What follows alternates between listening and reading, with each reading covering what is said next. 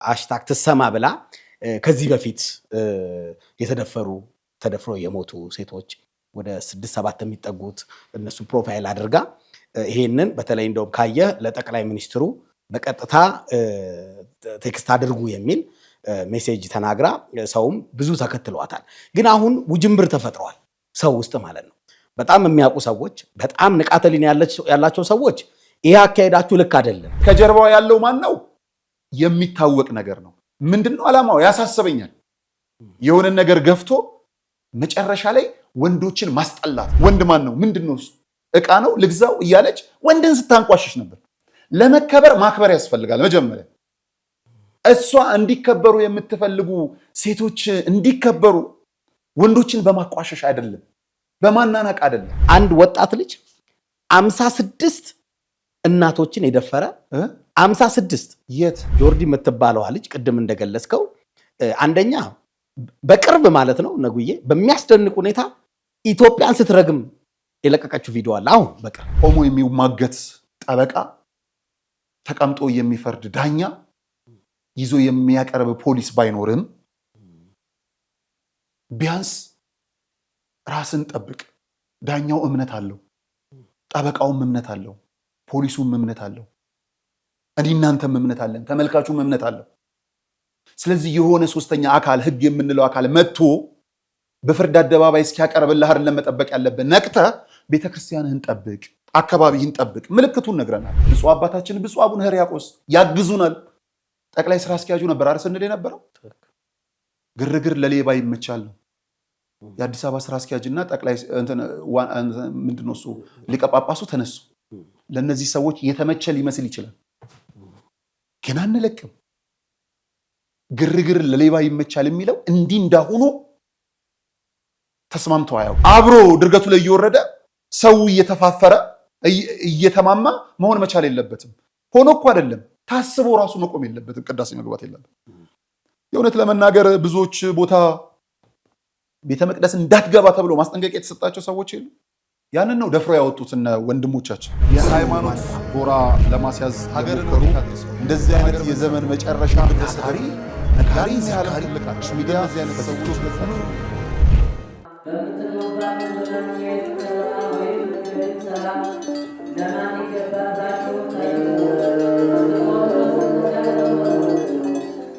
የሐዋርያቱን ጾም ማሳረጊያ በመብላት መጠጣት ብቻ እንዳናሳልፈው የእመቤታችንን ስደቷን መቀበያም ቢሆን ምጽዋት በመላክ ከሙት አንሳ ማር ቅዱስ ሚካኤል አንድነት ገዳም መነኮሳት ጋር አብረን ለምን በረከት አንካፈልም? የተዋህዶ ልጆች የገዳም አባቶቻችን ጩኸት ሊያበቃ ከችግራቸው ሊላቀቁ የጨለመው ሊነጋ ሲል ደግሞ ክረምቱ መጥቶ ገዳማውያኑን ፈትኖብናልና አባቶቻችንን ከክረምቱ ጎርፍና ፈተና ኑ እንታደጋቸው። ዛሬም እንደ ትላንቱ ለጥቂት ጊዜያት ብቻ የሚቆይ ድጋፎን ለሙት አንሳ ማር ቅዱስ ሚካኤል አንድነት ገዳም ይላኩ።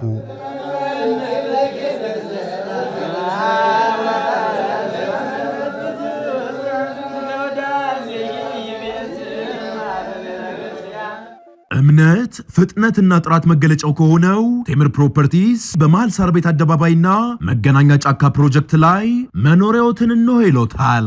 በ10 ዓመት 11 ፕሮጀክቶችን ጥንቅቅ አድርጎ ያስረከበው ቴምር ፕሮፐርቲስ ከኢትዮጵያ አየር መንገድ ጋር አብሮ እየሰራ ቤት ለሚገዙ ደንበኞቻችን ዓለምን የሚዞሩበት ልዩ የሼባ ማይልስ ስጦታ አቅርቦሎታል። 40%ቱን ከፍለው 60%ቱ ቤቶ ጥንቅቅ ብሎ ካለቀ በኋላ የሚከፍሉበትን አማራጭ አዘጋጅተናል። ባለ አንድ መኝታ ጠቅላላ ክፍያ 4.4 ሚሊዮን ብር፣ ቅድመ ክፍያው በ1.3 ሚሊዮን ብር፣ ባለ ሁለት መኝታ ጠቅላላ ክፍያው በ6.7 ሚሊዮን ብር፣ ቅድመ ክፍያው በ2 ሚሊዮን ብር፣ ባለ 3 መኝታ ጠቅላላ ክፍያው በ8.9 ሚሊዮን ብር ወይም በ2.7 ሚሊዮን ብር ቅድመ ክፍያ ጀምሮ የቤት ባለቤት መሆን ይችላሉ። እስከ 35% የሚደርስ ልዩ ቅናሽም አቅርበንሎታል። ቴምር ፕሮፐርቲስ ውጭ ሀገር ለምትኖሩ ኢትዮጵያውያን እዛው ባላችሁበት ሀገር ሆናችሁ የምትጨርሱበትንም አማራጭ አዘጋጅቶሎታል። ምን ይጠብቃሉ? ለበለጠ መረጃ በ0926 692990 ላይ ፈጥነው ይደውለው። የሃይማኖት ጎራ ለማስያዝ ሀገር ነው። እንደዚህ አይነት የዘመን መጨረሻ ታሪ ነካሪ ሲያልቅ ሚዲያ እዚህ አይነት ሰዎች በጣም ሰላም ጤና ይስጥልን ውድ የነጋሽ ሚዲያ ተከታታዮች በመላው ዓለም ላይ የምትገኙ እንዴት ናችሁ? እኛ እግዚአብሔር ይክበር ይመስገን በጣም ሰላም ነን። እንግዲህ ዛሬ ሳምንታዊ ወይም ደግሞ ወቅታዊ ጉዳዮችን ይዘን በነጋሽ ሚዲያ ከወንድማችን ከጋዜጠኛ ነጋሽ በዳዳ ጋራ እንግዲህ ተገናኝተናል ማለት ነው። ነጉዬ እንኳን በሰላም መጣ። እንኳን ደህና ቆየኸኝ ዳኔ። እንግዲህ ያው የሱባኤ ወቅት ላይ ነው ያለነው። በጣም ግን የሚነሱ ጉዳዮችን ደግሞ ማንሳት ይጠበቅብናል። ሁለት ጉዳዮች አሉ። በአንደኛው ሃሽታግ ትሰማ የሚል በሶሻል ሚዲያ ላይ እየሄደ ያለ በጣም መልካም ጥሩ ሊደገፍም ሊበረታታ የሚገባው በሌላ ጎንም ደግሞ መታየት ያለበት አንድ አጀንዳ አለን። ሁለተኛ ደግሞ በእኛ ሚዲያ የተላለፈው የዚህ የቆሻሾቹ ጉዳይ ነው። እነሱን በደንብ እናነሳቸዋለን። ምንድነው እሱ እንዴት ነው መካሄድ መቻል ያለበት የሚለውን ነገር እናያለን ብዬ አስባለሁ። በጣም ጥሩ ነጉዬ እንኳን በደህና መጣ። ግን በጣም አመሰግናለሁ። ግን እንደው ለመግቢያ እንዲሆነን ይሄ የሱባኤ ወቅት ነውና እሱ ልል ነበረ በደህና መጣ ያልኩ። ለምን ኮመንት በጣም ብዙ ነጉ የት ሄደ ነጋሽ የት ሄደ እየተባለ ነበርና ለዛ ነው እንኳን በደህና መጣ ያልኩ። ግን አንድ ነገር ብናገር ደስ ይለኛል ከመምጣታችን እንግዲህ የዚህ የተለየ 16ቷ የሱባኤ ጊዜ ለክርስቲያኖች በጣም ውድ ጊዜ ነው። ብዙዎች አልቅሰው የልቦናቸውን መሻት የሚያገኙበት ከስራም አስፈቅደው ከእናታቸው ቤት ከአባታቸው ቤት ወድቀው የሚገኙበት ነው። የወድቀው የሚቀሩ ሳይሆን አፈር ይዘው የሚነሱበት ነው። በጣም ትልልቅ ብዙዎች ለአዲስ ዓመት ጅማሬዎቻችን፣ ለስራዎቻችን ስኬት፣ ለኑሮ፣ ለህይወታችን፣ ለልጆቻችን ሁሉ ልጆችን ጭምር ይዘህ የምትገባበት ነውና ከሱባኤ ቦታ በፊት ላይ ሰላም ቢሆን ኑሮ ብዙዎች ወደ ደብረ ሊባኖስ ጉዞ ይደረግ ነበር። ደብረ ሊባኖስ ምንም ጥርጥር የሌለው እሱን ጨምሮ እንደዚሁ የጳጉሜንም ሄደ ተባርከ ትመጣለህ። ግን አሁን ያለው የሰላም ሁኔታ ያስፈራል፣ ያስጨንቃል። ወደ ብዙ ቦታዎች ትሄዳለህ። ዝቋላ ምንም ብዙ ገዳማት ምዕመናን በጸሎት የሚለማመኑበት ጊዜ ነው። ከዚህ ከሰላሙ ጋር አያይዘ ግን አሁን አንድ ብቸኛው ተስፋ ብዙዎች የሚሄዱት ወደ ሰሜን ሸዋ ነው። ጻድቃኔ ማርያም፣ ሰሜነሽ፣ ኩክየለሽ፣ ስውሯ ማርያም በጣም ብዙ ገዳማቶች አሉ። ቁጥር ስፍር የሌለው ክርስቲያን ወደዛ ይሄዳል። አንደኛው ሰላም ነው ብለህ የምታስበው ለአዲስ አበባም ቅርብ የሆነ ተያይዞ እና ለሱባኤ ሲሄድ አንድ ትንሽ የሚከፋኝን ነገር ስላየው ነው። ከዛ በፊት አንድ ነገር እናንሳ። ለምሳሌ ሐምሌንና ታህሳስን ስታነሳ ገብርኤል ወደ ቁልቢ ትሄዳለህ። ወደ ቁልቢ ስትሄድ አንደኛው ከሚያስገርሙን መካከል የድሬዳዋ ከተማ አስተዳደር ነው። አብዛኛዎቹ ሙስሊሞች ናቸው። ግን የክርስቲያን ወንድሞቻችን እንዴት እንደሚቀበሉ ውሃ ሰጥተው ቆሎ ምኑ ነገር አድርገው ነው የሚቀበሉት። በጣም በፍቅር ማለት ነው። ኢቭን አንዴ አቶ ከድር ጀዋር ምን ትዝ ይለኛል፣ ዘፈን እየከፍተው እያሽከረከሩ የህዝብ ትራንስፖርት ሲሄድ ያስቆሟቸዋል የህግ አካላት እና አቶ ከድር ጀዋርም ነበሩ። አስፋልት ዳር ውሃ ምናምን በሚሰጡበት እና ወዴት ነው የምትሄዱ ሲል ወደ ቁልቢ። አትሊስት እንደው እንኳን ምን አለ መዝሙር ብታደርጉት ብሎ ነው ከድር ጀዋር ያሳለፈው ይሄ ከንቲባ ማለት ነው። ገባ? ይሄ ከንቲባ ያሳለፈው ብፁዓን አባቶቻችን ደግሞ እንዴት እንደሚቀበሉ ታውቃለህ። ያንን አይቼ ለገብርኤል ከሚደረገ ንግስ በላይ ወደ ሰሜን ሸዋ ይደረጋል ጉዞ በዚች በ16ቷ እና እዛች ጋር ይከፋኝ ቢሆን ኖሮ የደብረ ብርሃን ከተማ ከንቲባ መንገድ ላይ ቆሞ እንኳን ደስ ያላችሁ እንኳን አደረሳችሁ ገባ እንኳን ደህና መጣችሁ መባል ነበረበት። ለምን? በጣም ብዙ ሺህ ሰው ነው የሚመጣው። ግን ያ አልሆነም። ኢትስ ኦኬ ችግር የለውም። እሱ አይደለም ትልቁ ችግር። እነዚህ ክርስቲያኖች በምንሄድበት ጊዜ ከየት እንደመጣ ማላቀው ይሄ ስፒድ የሚሉት ተሰልፈዋል አለኝ ጸጥታ። ሌላው ጽድቁ ቀርቶ ምን በወጉ በኮነነኝ የሚል ተናግረን መሄድ ስላለብን ነውና አለል ከተማ አይደለም ገጠር ነውና የክፍለ ሀገር መንገድ ነው። በ40 ነው ያሉት መሰለኝ። በ40 ነው መሄድ እንጃ። ያ መንገድ በ40 ሄደ ትደርሳለህስ ወይ? አሁን ከተማ ውስጥም ቢሆን የኢትዮጵያ መንገዶች ባለስልጣን ዘምኗል። መንገድ እየተሰራ ነው። ግን መንገዱን ማኔጅ የሚያደርጉ ሰዎች ደግሞ መሰልጠን መቻል አለባቸው። ከዛ ጋር የሚሄድ ፍጥነት ምናምን እና ከሩቅ ሆነው ስፒድ ነን አሉ። አስቆሙት ህዝቡ ደነገጥኩኝ። ማለት ልትገምት የምትችልበት ከተማ አይደለም። እሺ ህግ ነው፣ በህግ መገዛት መቻል አለበት፣ ችግር የለው። ያው እግዚአብሔር ምስክሬን ነው የምልህ፣ እኔም ስለነበርኩበት አንዱ ማለት ነው። እና ጥሳችኋል 1500 ብር። እሺ በምን እንክፈል? አይ ተቀባይ እዚህ አለ እዛው። ምንድነው 1500 ከተቀጣ 1700 ነው የምትከፍለው። 200 የሚቀጣለ ሰው ነው። ኦኬ ሰውየው ዝም ብሎ ያለምንም ነው የምትከፍለው። ይሄ ደብረ ብርሃን መግቢያ ጋር አበሻ ቢራ ጋር የገጠመን ነው። ይሄ መስተካከል ስላለበት ልክ እንዳልኩ ብዙ የቤት መኪና ነው። አርብ ቀን ነው እኛ እየሄድን ያለነው ሱባኤው መጀመሪያ ቀን ቅዳሴ እንትን ለማለት ነውና በዛን ቀን ውስጥ ልክ ሲሆን እንኳን ደህና መጣ የሚል አስተዳደር ነው። በትንሹ ሰሚነሽ እንግዲህ 70-80 ሺህ ሰው አለ። ስውሯን ስታስበው፣ ኩኬለሽን ስታስበው፣ እንደዚሁ ጻድቃኔን ስታስብ እንደው በትንሹ እኮ ግማሽ ሚሊዮን ሰው ሄዷል ብለህ እንኳን ብታስብ እዛ በጣም እኔ ግማሽ ሚሊዮን ሰው 500 ሺህ ሰው ነው አይደል? እንደው ሂሳብ ብትሰራ በትንሹ 1 ሺህ ብር እንኳን ደብረ ብርሃን ከተማ ላይ እንዲያጠፋ ቱሪዝሙ ቢሰራ ገባ። ይሄ ከእንዲህ አይነት ሰውን ከሚያንገላታ ነገር ትተው 1 ሺህ ብር እንኳን ቢያጠፋ በዚች በሱባኤ 500 ሚሊዮን የከተማ አስተዳደሩ ያገኛል። 1 ሺህ እንዲያጠፋ ወይ ምሳ ወይ ቁርስ ዋቴቨር እንደው 1 ሺህ ብር ምን አላት ዛሬ እንዲሁ በትንሹ ገባ።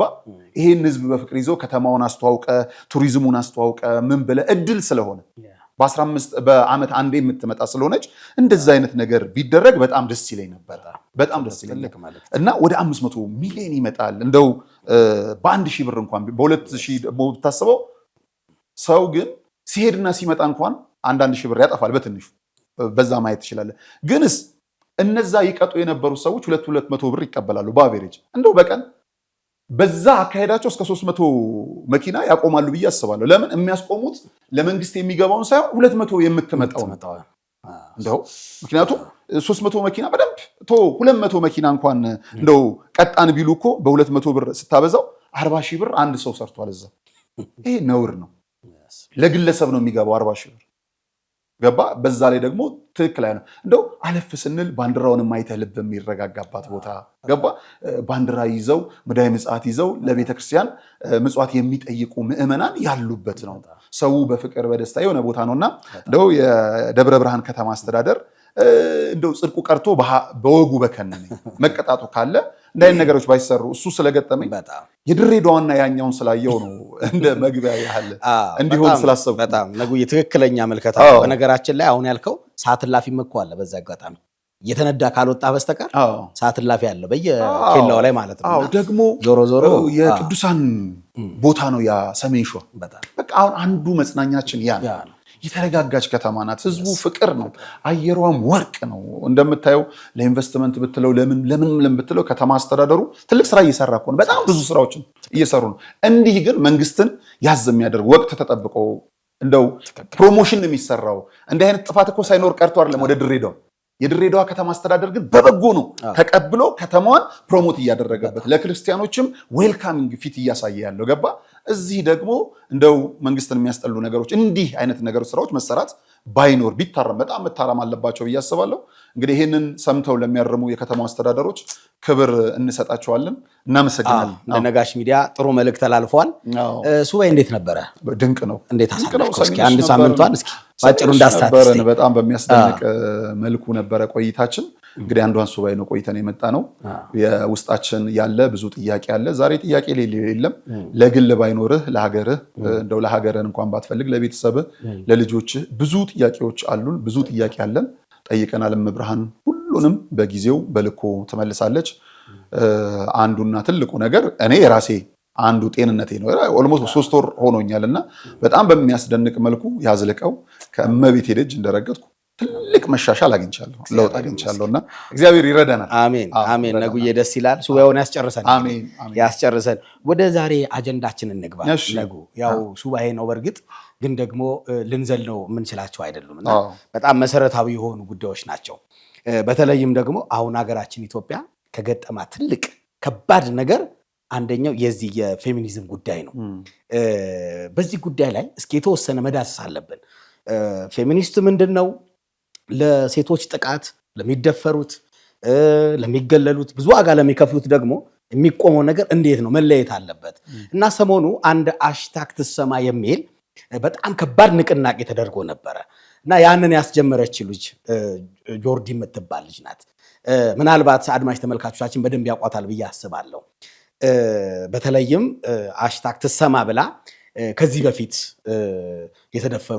ተደፍረው የሞቱ ሴቶች ወደ 6-7 የሚጠጉት እነሱ ፕሮፋይል አድርጋ ይሄንን በተለይ እንደውም ካየ ለጠቅላይ ሚኒስትሩ በቀጥታ ቴክስት አድርጉ የሚል ሜሴጅ ተናግራ ሰውም ብዙ ተከትሏታል። ግን አሁን ውጅንብር ተፈጥሯል ሰው ውስጥ ማለት ነው። በጣም የሚያውቁ ሰዎች፣ በጣም ንቃተ ህሊና ያላቸው ሰዎች ይሄ አካሄዳችሁ ልክ አይደለም፣ የዚህ ግቡ መጨረሻ ወደ ፌሚኒስት እየወሰደ ነው፣ ያ ደግሞ ይዞ የሚመጣው አደጋ አለ የሚላል። ሌሎቹ ደግሞ ሳያውቁ አይ እናንተ ለሴት አትጮም፣ ሴት ስትደፍር አትናገሩም የሚሉ አሉና በጣም ድብልቅልቁ የወጣ ነገር ነው በዚህ ሰዓት ማለት ነው። እና ምናልባት ነጉያ አይተዋል ብዬ አስባለሁ። ይህን ጉዳይ እንዴት ተመለከትከው? አንተስ በምን አይነት መንገድ ተረዳኸው የሚለውንና እስኪ ፌሚኒስት ምንድን ናቸው የሚለውን ሀሳቦችን እስኪ እናያለን። በጣም ጥሩ። በሶስት አድርገን እንየው። አንድ አሁን እኔ እናንተ ማናየውና በሁለቱን ደግሞ ብናየው። ለምሳሌ ፌሚኒስት ምንድነው እሱ ምናምን የሚለውን ያልተወራ ያለ አይመስለኝም። ጊዜ ከምናቃጥል የማያቅም አለ ብዬ አላስብም። በጣም ብዙ ስለተሰሩ ፌሚኒስት ምንድነው የሚለውን ነገር እንቶ ወይም ደግሞ ምናልባት የማያቅ ካለ አንብቦም ሰርች አድርጎም ይድረስበት። ሁለቱን ነገሮች ግን እንየው። የዚህ የመጨረሻው ግቡ ምንድነው እሱና ሃሽታግ ትሰማን ደግሞ በደንብ ብናየው ደስ ይለኛል። ሃሽታግ ትሰማ እንደ አንድ ወንድ እኔም የንቅናቄው አባል ነኝ። መሰማት መቻል አለባት፣ ምንም ጥርጥር የለውም። ሴት አነስ አድርጋት ካየ ወደታች ስትመጣ በቅርብ ያለች ልጅህ ናት። በእድሜ ነው አነስ ያለ አገባል አይደለ? ልጅህ ናት። ገባ? በህፃንነት የምታውቃት ነው። ከፍ ብለህ ስታያት ደግሞ እህት ናት፣ ጓደኛ፣ የኑሮ ድምቀት፣ ሁሉ ነገር ናት። ከዛ ሚስት ናት፣ የልጆች እናት፣ አይንን በአይን እንድታይ የምታደርግ እናት ናት፣ አክስት ናት። ሀገርንም ጭምር ስለምታከብራት የምትጠራባት በዚች በሴት ነው። ይህች ሴት ተደፍራ አንተ ሙሉ የምትሆንበት አጋጣሚ የለም፣ ምንም አጋጣሚ የለም። የሴትን ልጅ ጥቃት ደግሞ በደንብ መቃወምም መግታት መቻል አለብኝ። እኔ እንደውም ከዚህ ንቅናቄ ከሚገርመኝ አንዱ እስካሁን ድረስ ክቡር ጠቅላይ ሚኒስትሩ ለምን ዝም አሉ? ምክንያቱም በጣም ተጥለቅልቋል። የእሳቸው ፔጅ ላይ መሙላትም ያለበት መልእክት ነው። ዳኒ እንደ ቀልድ ማየት መቻል የለበትም። ነገ ትወልዳለህ፣ ታገባለህ። ገባ? ከጎን ያለችን ሴት ስብራት ነው የምታየው። ያሳደግካት የወለድካት ነገ ተስፋ ይባታለሁ የምትላት ህፃን ነው ተስፋዋ ሲነጠቅ የምታየው። ስለዚህ ይህንን ተስፋ የምንነጥቅ ደግሞ እናንተ ነን፣ ሌላ አይደለም። በአብዛኛው ወደ ሴቱ እንመጣለን በኋላ ላይ። ገባ? በዚች ምድር ላይ ያለው ወንድና ሴት ነው፣ ሌላ ፍጥረት የለም። ሴቷ ከተጠቃች የሚያጠቃው ወንዱ ነው። ወንዱ ከተጠቃ ደግሞ የሚያጠቃው ሴቷ ናት። የወንዱ ጥቃት የለም ወይ? እንመጣለን በኋላ ላይ አለ። ግንስ ይሄንን ነገር ለማርከሻ እኩል አታደርገውም። የወንዶችን የመደፈርን ጥቃት ከሴቷ ጋር እኩል አድርገህ ልታየው አይገባም። ምንም ጥርጥር የሌለው እየተደፈረች ያለችው፣ እየተጠቃች ያለችው፣ እየሞተች ያለችው ሴቷ ናት። ገዳዩ ደግሞ ወንድ ነው፣ እኔና አንተ ነው። ገባ? መሰማት መቻል አለበት። በእንዲህ አይነት አጥፊዎች ላይ፣ በእንዲህ አይነት ክፉ ሀሳብ ባላቸው ሰዎች ላይ የሚደረገው ነገር ህግ አለ። ህጎቹን መተግበር ያስፈልጋል። ገባ? የተራዘመ ፍትህ፣ የተራዘመ ሂደት አይደለም ሊኖረው የሚገባው። እኔ በጋዜጠኛ ሆኜ በምሰራበት የዚህ የህፃናትን የሴቶችን መደፈር ጥቃት ከሀና ላላንጎ ጀምሮ ነው ትዝ የሚለኝ። 10 ምናምን ዓመት ተመልሶ አየር ጤና አካባቢ ትመስለኛለች። በወቅቱ የሴቶችና ወጣቶች ጉዳይ ሚኒስትር መግለጫ ይሰጥ ነበር። ነፍሱን ይማረው ወንድማችን፣ አፈሩን ያቅልልለት፣ አብይ ኤፍሬም የዛ ፒአር ነበረ። ብዙውን መከራ ይበላ ነበረ። በወቅቱ የነበሩት ሚኒስትርም እንደውም አንድ ጋዜጠኛ ሲጠይቃቸው የነበረው አስቆጪ ጥያቄ ልንገር፣ ምንድነው የሴቶች ጥቃት የምትሉት? ይሄን ያህል እያያችሁ ህፃናት ተደፍረው እያሉ መቀመጫችሁ ካልተነካ በቀር አትጮሁም ወይ? ሚኒስትሯን ነው ደፍሮ። ከዛን ጀምሮ የነበረ ብሶት አውቃለሁ። ዛሬም ድረስ ግን የተሰጠ መፍትሄ የለም እና የሃሽታግ ትሰማ በደንብ መጥለቅለቅ መቻል አለበት። እኔ የንቅናቄው አንዱ አባል ነኝ፣ ግን ከኋላ ያለው ምንድነው የሚለውን ነገር ደግሞ እንየው። ይሄንን ንቅናቄ እየመሩ ያሉት ማን ናቸው? ከዚህ በፊት ለምን እንረሳለን?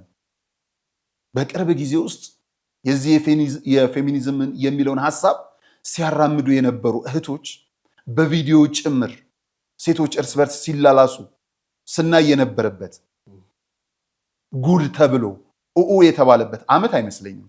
እሱን ዘንግተ ነው አሁን ደግሞ የንቅናቄው መሪ አድርገናቸው ስንመጣ ወዴት እየሄድን ነው አላውቅም።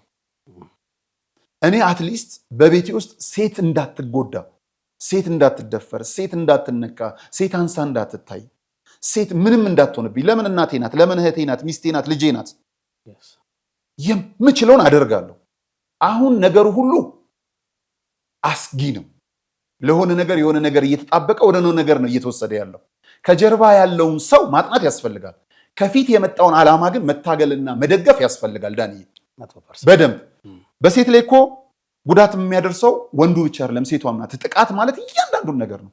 ለምሳሌ በቤቶቻችን አጋዥ እንቀጥራለናል፣ ሰራተኛ ብለን። አብዛኛውን ግንኙነት ያላቸው ከነዚህ ሴት አጋዦቻችን ጋር እኮ ሴት እህቶቻችን፣ እናቶቻችን፣ ሚስቶቻችን ናቸው፣ እህቶቻችን ናቸው። እርስ በእርስም ጥቃቱ መቆም መቻል አለበት። ወደ ወንዱ ብቻ ሳይሆን መምጣት ከቤት ውስጥ ጥቃት ነው የሚጀምረው። ገባ? አጋዥ ብላ ያመጣሃት እህት ስራ ሰርታ ገንዘብ ልታገኝ ነው እንጂ የበረታ ጫና ልትጭንባት አይገባም። ካልተስማማ በስምምነት ልትሰናበት የሚገባ ከዚህ ይጀምራል። ብዙዎች እናስተምራለን ብለን ከገጠር የምናመጣቸው ህፃናቶች፣ የቤተሰብ የዘመድ ህፃናቶች አላስፈላጊ ጫና ውስጥ የሚደርስበት በእኔና በአንተ ቤት ውስጥ የኔና ያንተ እናት ወይም የኔና ያንተ እህት ወይም የኔና ያንተ ሚስት ናት። ሴቱን በራሱ ሴቱ ላይ መጨከን መቻል የለበትም። የወንዱ ብቻ አይደለም መታሰብ መቻል ያለበት። ሞራል ይጎዳል፣ ምን ይጎዳል አውቃለሁ ይሄኛው። ገባ? ስለዚህ በሴቶች ላይ የሚደርሰውን ጫና ያለምንም መደገፍ ነው ያለብን። እኔ የሚገርመኝ ጠንካራ ህጎች ወጥተው እንዲህ አይነት ማንነትን፣ ሴት ላይ ሰውነት ላይ ያሉ የሚጎዱ ነገሮችን እርምጃ ለምን እንደማይወሰድ አላውቅም። በኋላ ምን እንመጣለን ወደኛ ይሄ ቆሻሾቹ ጉዳይ ላይ ስንመጣ በደንብ የምንመጣው ነገር አለ። ስለዚህ ከጀርባው ያለው ማን ነው የሚታወቅ ነገር ነው። ምንድነው ዓላማው ያሳስበኛል። የሆነ ነገር ገፍቶ መጨረሻ ላይ ወንዶችን ማስጠላት ነው። ተረዳይ? ይህቺ እህታችን ከዚህ በፊት ወንድ ማን ነው ምንድነው እሱ ዕቃ ነው ልግዛው እያለች ወንድን ስታንቋሽሽ ነበር። ለመከበር ማክበር ያስፈልጋል። መጀመሪያ እሷ እንዲከበሩ የምትፈልጉ ሴቶች እንዲከበሩ ወንዶችን በማቋሸሽ አይደለም፣ በማናናቅ አይደለም። ገባ? ላንተ የምትፈልገው ለሌላው ማድረግ ይገባል። አጀንዳው ብዙ ነው። እንደውም በጣም ሲነገር ገባ? ወንድ ለምንድን ነው የሚያስፈልገው? ያንን ቪዲዮ ብናሳየው ደስ ይለኝ ነበረ። ስለማይመጥን ዲዘርቭ ስለማያደርግ ነው። ወንድ ምንድን ነው ንገሩኝ፣ ምንድን ነው ዕቃ ነው የት ልግዛው እያለች በጣም የምትናገርበት ነገር ከወንዶች ጥላቻ የመጣ እንጂ ከሴቶች ጉዳት የመነጨ አይደለም። ነገር አይደለም። ገባ? ጉዳቱ አሁን እዚህ ጋር የሚደርሰው በይቅርታም በካሳም በምንም አንዳንድ የሚካሱ ህመሞች ይኖራሉ። እስከዛው ደግሞ ጠባሳ ሆኖ የሚሄዱ ነገሮች አሉ። ገባ? እሷ ግን ከጀርባው እዛው ሴቶች ላይ የምታደርገው በእግዚአብሔርም ይቅር ሊያስብሉ የማይችሉ ነገሮች ናቸው በቪዲዮ የምናያቸው። ስለዚህ ይሄ የዚህ የሃሽታግ ሁሉን ነገር እንደው ፖለቲካ አድርገን ማግለልም አይደለም፣ ሙቭመንት አድርገንም መቀበልም አይደለም። ሃሽታግ ትሰማ የሚለውን በደንብ መደገፍ አለብን። ማንም ይደግፈው ማንም፣ ዓላማውን እንደግፍ። እህቶቻችን መሰማት መቻል አለባቸው። አያሳዝንም? የገደሉ ሰዎች በእድሜ ልክ ተወስኖባቸው መጨረሻ ላይ ደግሞ ገና ከታሰሩ ምንም ሳይቆያቸው ፋይላቸው ጠፍቶ ይውጡ ሲባል እንደ ሰውም ያሳዝናል። ለሴቷ ብቻ ሳይሆን ለወንዱ ህግ መከበር መቻል ስላለባቸው ማለት ነው። ገባ? ገዳዮቻቸው የጠፉ እህቶቻችን ደሞቻቸው ዛሬም ድረስ ይጣራሉ። ያንን ደም ምንድነው የህግ አካል መመለስ መቻል አለበት። ለዛ እኔ እናንተም ድምፅ መሆን አለብን። ግን እነዚህ አይነትን ነገሮች ሳሩን አሳይተው ገደል ውስጥ የሚከትኑን ደግሞ መጠበቅ መቻል አለብን ዳኒ። እኔ ያንን ነው የማስበው። አዎ ነጉ በጣም ትክክለኛ እይታ ነው ያየው። አሁንም ቢሆን አንተ ያመጣው ሐሳብ እንለያቸው ነው። አዎ ለምሳሌ አሁን ሴት ልጅ ጥቃት ይቁም መደፈር ይቁም ምን ይቁም እንዴ ወንድ ነው ከሴት በላይ መሟገት ያለበት። እውነት ለመናገር ደግሞም እግዚአብሔር በሚያውቀው ብዙ ወንድ በዚህ ጉዳይ ላይ ፋይት የሚያደርግ አለ። በጣም ብዙ ሰው ማለት ነው። ይሄ ምንም አሁን እንዲህ ስለመጣ እንቅስቃሴ አይደለም። ለምሳሌ እንዴ አባት ልጁ ተደፍሮበት ዝም ብሎ የሚቀመጥ አባት አለ እንዴ? እስከ ሞት ድረስ ይሄዳል።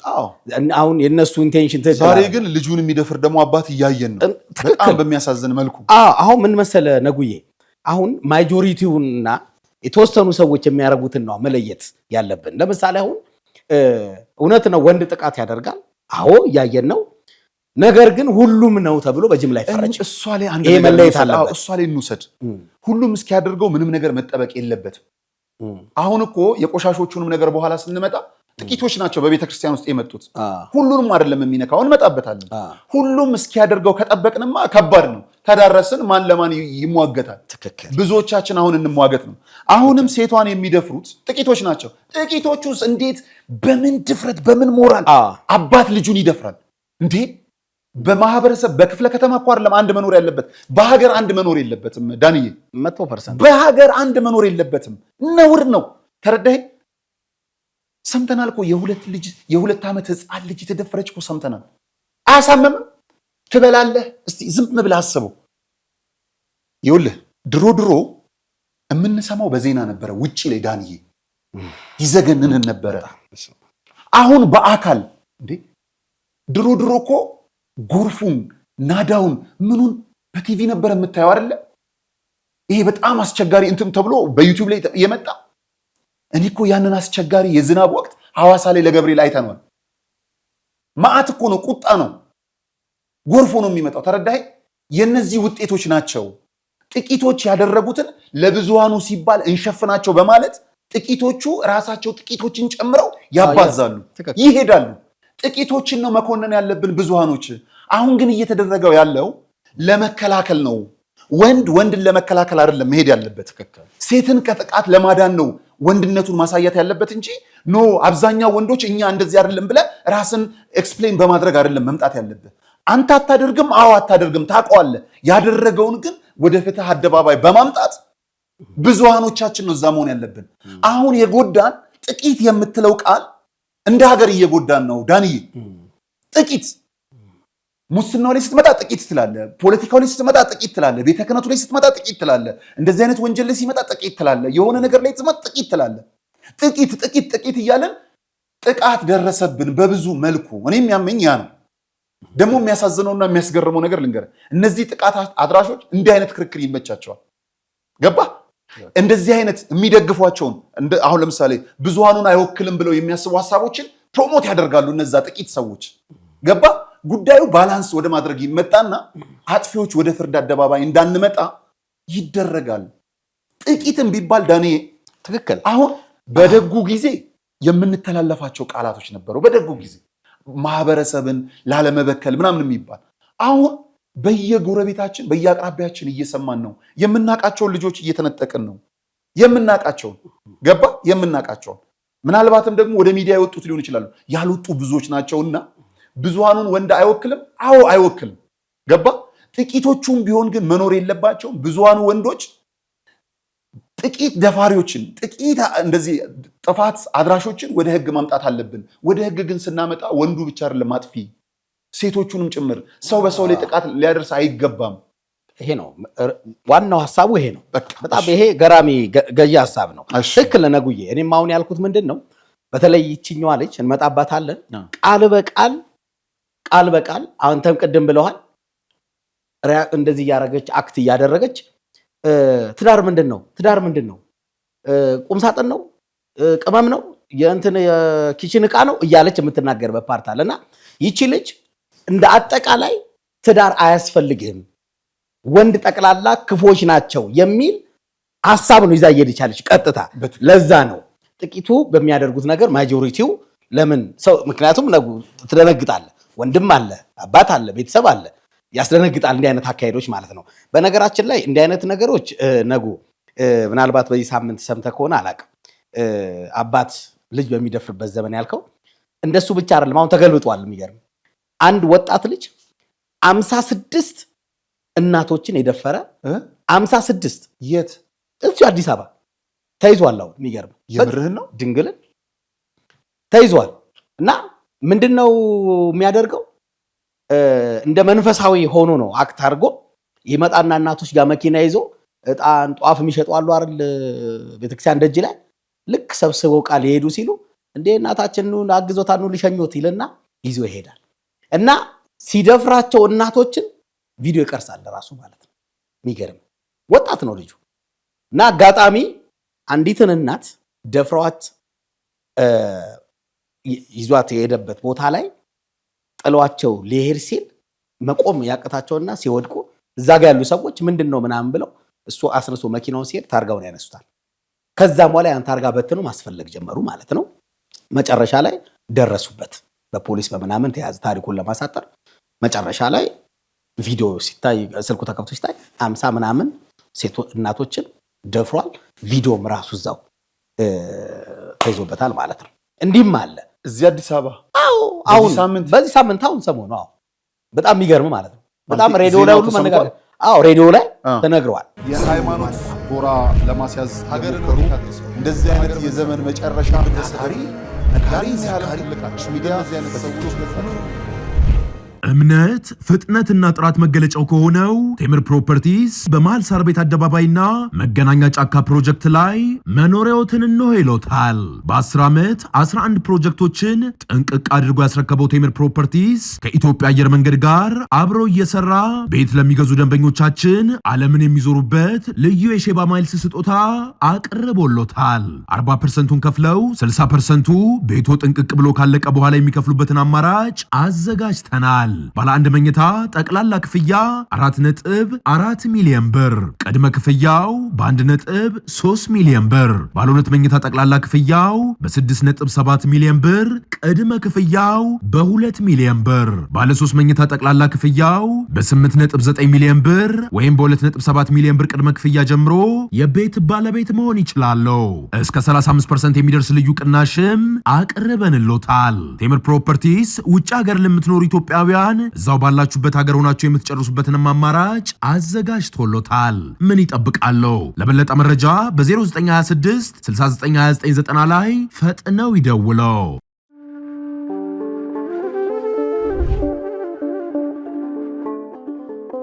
በዘመን ብዛት እርጅና ተጫጭኖት በሰው ማጣት መቅደሱ ለፈረሰው ጣጃ አቦአቡ የገብረ መንፈስ ቅዱስ ማን ነው ቀድሞ የሚደርሰው?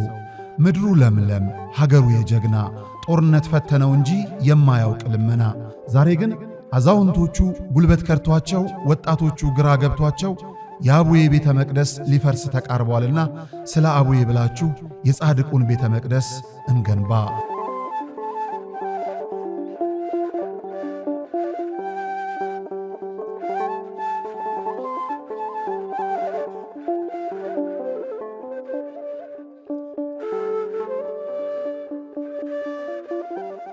የሃይማኖት ጎራ ለማስያዝ ሀገርን እንደዚህ አይነት የዘመን መጨረሻ ታሪ ነጋሪ ሲያልቅ ሚዲያ እዚህ አይነት ሰዎች ትደነግጣለህ።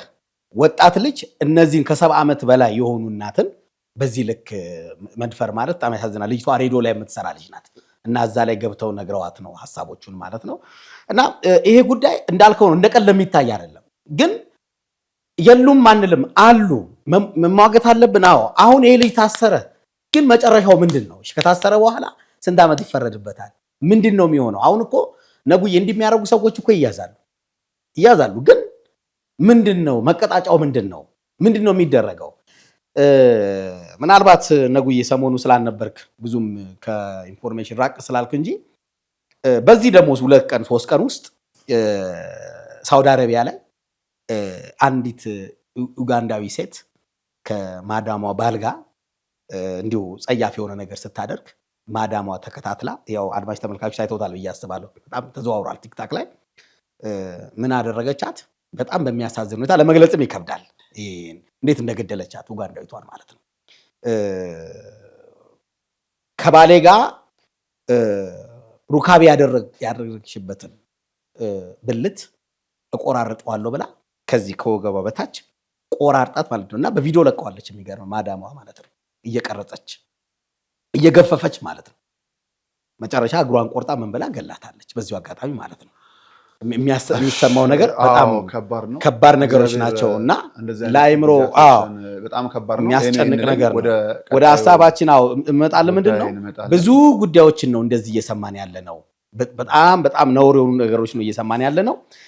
ዞሮ ዞሮ ነጉዬ እስኪ ይችን ልጅ በተወሰነ መንገድ እንዳሳት። ለምን ካልከኝ ጆርዲ የምትባለዋ ልጅ ቅድም እንደገለጽከው አንደኛ በቅርብ ማለት ነው ነጉዬ በሚያስደንቅ ሁኔታ ኢትዮጵያን ስትረግም የለቀቀችው ቪዲዮ አለ። አሁን በቅርብ ሃሽታግ ትሰማ ከማለቷ የተወሰነ ቀን በፊት እቺ አገር ኢትዮጵያ እርኩስ ናት እያለች በጣም ጸያፍ ነገር ስትናገር ነበር። በእርግጥ አገር ውስጥ የለችም ልጅቷ፣ ከሀገር ውጭ ናት። እና የምትሄድበት መንገድ በጣም የሚያሳዝን በጣም የሚያስከፋ ደግሞ አሁን ሌላ ደግሞ እንቅስቃሴ ምን ጀመረች? ቤት ውስጥ ላሉ ሴቶች ለቤት እመቤት ማለት ነው ደሞዝ ባል ሊከፍል ይገባል ብላ ደግሞ መጣች። አዲስ ደግሞ አሁን እንቅስቃሴ ምን ማለት ነው? ሴቶች ውጡ፣ ስሩ፣ ከባል እኩል ሁኑ የሚል ደግሞ ሌላ ደግሞ አጀንዳ አምጥታውን ሰሞኑ እያደረገች ነው ያለው። እስኪ በዚህ ጉዳይ የተወሰነ ነገር ብንል እንደ ነጋሽ ሚዲያ ይጠቅማል። ሰው እስኪ ነጋሽ ሚዲያ በዚህ ላይ ምን ሀሳብ አለው የሚለውን ነገር ስለሚጠብቅ ማለት ነው። ነጋሽ ሚዲያ ፋንተነህና ቅድም በሰማሁት ነገር የምር ራሴን አመመኝ። 56 እና ባልቆና በጣም ትንሽ ለሚዲያ ቀረብ ብለህ ደግሞ ማህበራዊ ጉዳይ ይገባኛል ብለህ ትንሽ ጠለቅ ብለህ ስትሄድ የምትሰማቸው ነገሮች በጣም ያሳምማሉ። ብዙ የምናያቸው ነገሮች አሉ። ቅድም ያልኩ ነው ዳኔ፣ እኔ ሃሽታግ ትሰማ መሰማት መቻል አለበት። ከአጀንዳው ጀርባ ያሉት ሰዎች ግን ምንድነው አላማቸው? ገባ?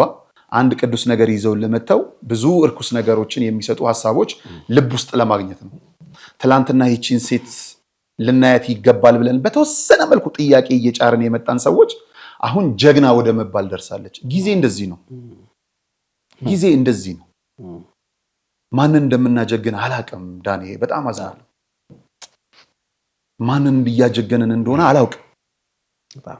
የሆነ የክፋት መንገድ የሚመሩ ሰዎችን እያጀገንን ነው።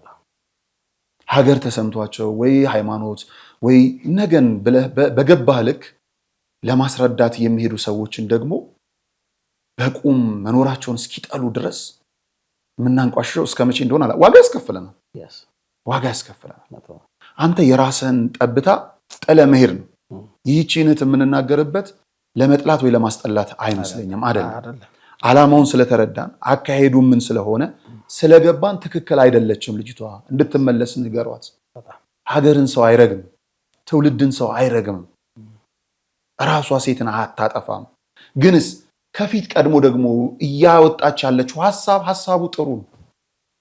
ልጅቷ ግን በስተት መንገድ ነው ያለችው። ነገ ወደ ሌላው ትሄዳለች። ኦኬ፣ ሴቶች ወጥተው መስራት ከቻሉ ጥሩ ነው። ዛሬ ወንዱ ብቻ ሰርቶ ህይወትን የሚችልበት ጊዜ ላይ አይመስለኝም። ግን የትዳሩን ጉዳይ ለባለትዳሮች ቢሰጥ፣ ያገባ ሰውና ያላገባ እኩል ስላልሆነ ያገባ ያውቀዋል፣ ድክመቱንም ጉድለቱንም ያውቀዋል። አንድ ባል ምኑን ይዞ ምኑን እንደሚጥል ምን ውስጥ እንዳለ ሚስት ትረዳዋለች። ባል ሰርቶ ቢገባ በረከት የምታደርግላት ሚስት ነች። ስለተሰራ አይደለም የኢትዮጵያ ኑሮ እየተኖረ ያለው። የቤት በረከት ሴት ናት፣ ሚስቷ ናት። ቢቆጠር በጣም የሚያስገርም የሚያስቀውን ጥቂቱን ነገር ይዞ ባል እንዴት ይኖራሉ? ይሄማ በአስማት ነው የሚባለው። የሴቷ በረከት ነው፣ የሴቷ ልመና ነው። ቤት ውስጥ ያለችዋ ሴት ከአምላካ ጋር ያላት ግንኙነት ለትዳር መታመኗ ነው እንጂ ሰርተ በመጣው ኢትዮጵያ ውስጥ አትኖርም ዳንኤል። ሰርተ በመጣው አይኖርም። ይህንን ለባለትዳሮች ብንተው ጥሩ ነበረ። ሰርተው መተው የከበሩ እግዚአብሔር የእጃቸውን ፍሬ ይባርክላቸው። ምንም ችግር የለው። ግን ያውቁታል ምን እንደጎደለ። ሐኪም ቤት ነው የሚመላለሱት ልጆቻቸው። በቤት ውስጥ ያለች ሴት ለገንዘብ ለእኩልነቱ ከሆነ ወንድ ማይንዱን መስራት የምትችለው ሴት ስለሆነች ብዙ አሉ የሰሩ። በዛው ልክም ደግሞ መውጣት የሚገባቸውም ከተቻለ እንዲወጡ እግዚአብሔር ያግዘን። የሀገሩ ኢኮኖሚ የሚሸከም ከሆነ በጣም ለብቻ ተሰርቶ አይቻልም፣ መተጋገዝ ያስፈልጋል። ግን እንደው ቤት ውስጥ መሆን ብቻ አይደለም። ወንዶችም ባለቤት ምንድን ናት ሲባል የቤት እመቤት አይደለም፣ የቤት እመቤት ናት። ሁለቱ አይደለም ሊያጣላን የሚገባው። ስራ የላትም የሚል ወንድ ከሆነ ግን ወደዚህኛው ነው መምጣት ያለበት። የቤት እመቤት ቅድም ያልኩውን የምታደርግ ናት። ገንዘብ ማይዱ ያልሆነ ደግሞ ሰርታም መታ የቤት እመቤት ያልሆነች ደግሞ አለች፣ ቤቱን የምትበጠበጥ። ሴት ልጅ ስለሰራች ብቻ ቤት አይቆምም። ወንድ ልጅ ስለሰራ ብቻ ቤት አይቆምም። እግዚአብሔር ስለባረከው ነው። ያኛው እንደው ጋብቻችን በምንድን ነው ብለን ደግሞ መጠየቅ አለብን። በቤተ ክርስቲያን ያገባን ለቤተ ክርስቲያን የራሳችንን የሰጠን ህይወታችን ሁሉ በክርስቶስ የሆነው ጋብቻ ምንድን ነው የሚለውን አበነብስ ስላለን አባቶቻችን ይምከሩ። ያላገቡ ሰዎች ትዳርን ፕሮሞት የማያደርጉ ሰዎች ባይናገሩት ጥሩ ነው ብዬ አስባለሁ። ዳኒ ያንን ለባለትዳሮቹ ብንሰጠው፣ ግን ነገሮችን እንደው እያየን ብንሄድ። ግን የሚከፋኝ አንድ ነገር ነው። አሁንም ደግሞ ማንን ጀግና እንደምናደርግ ግን እያወቅን አይደለም። ብዙዎቹ ይቅርታ የምንጠይቀው ካለፈ በኋላ ነው። በፖለቲካው ብትል የሆነ ጊዜ የነገሩን ሰዎች አንቋሸናቸው። ችግሩ ከደረሰብን ነገሩ ድብልቅልቁ ካለቀ ምናልባትም ካለፉ በኋላ የቆየ ቪዲዮአቸውን እንሰማና መስማት ነበረብን እኮ እንላለን። ለካ ነግራችሁን ነበረ እንላለን። በፖለቲካው ወዲያው አንሰማም። ገባ? እንዲህ አይነት ማህበራዊ ጉዳይም ላይ የሚሰሩ ሰዎችን ነገን የታያቸው ሰዎች ለምሳሌ በኋላ ላይ ስንመጣ እኛ ጋር የመጡ ወንድሞች አሁን ላይ ብዙ ውርጅብኝ እየወረደባቸው ነው። በጣም በጣም እንደ ሚዲያ እኛም ግን አንድ ቀን ይገለጣል። አንድ ቀን ይገለጣል። ግድ የለም ከምን ፍላጎት የተነሳ ነው ብለን መመርመር መቻል አለብን።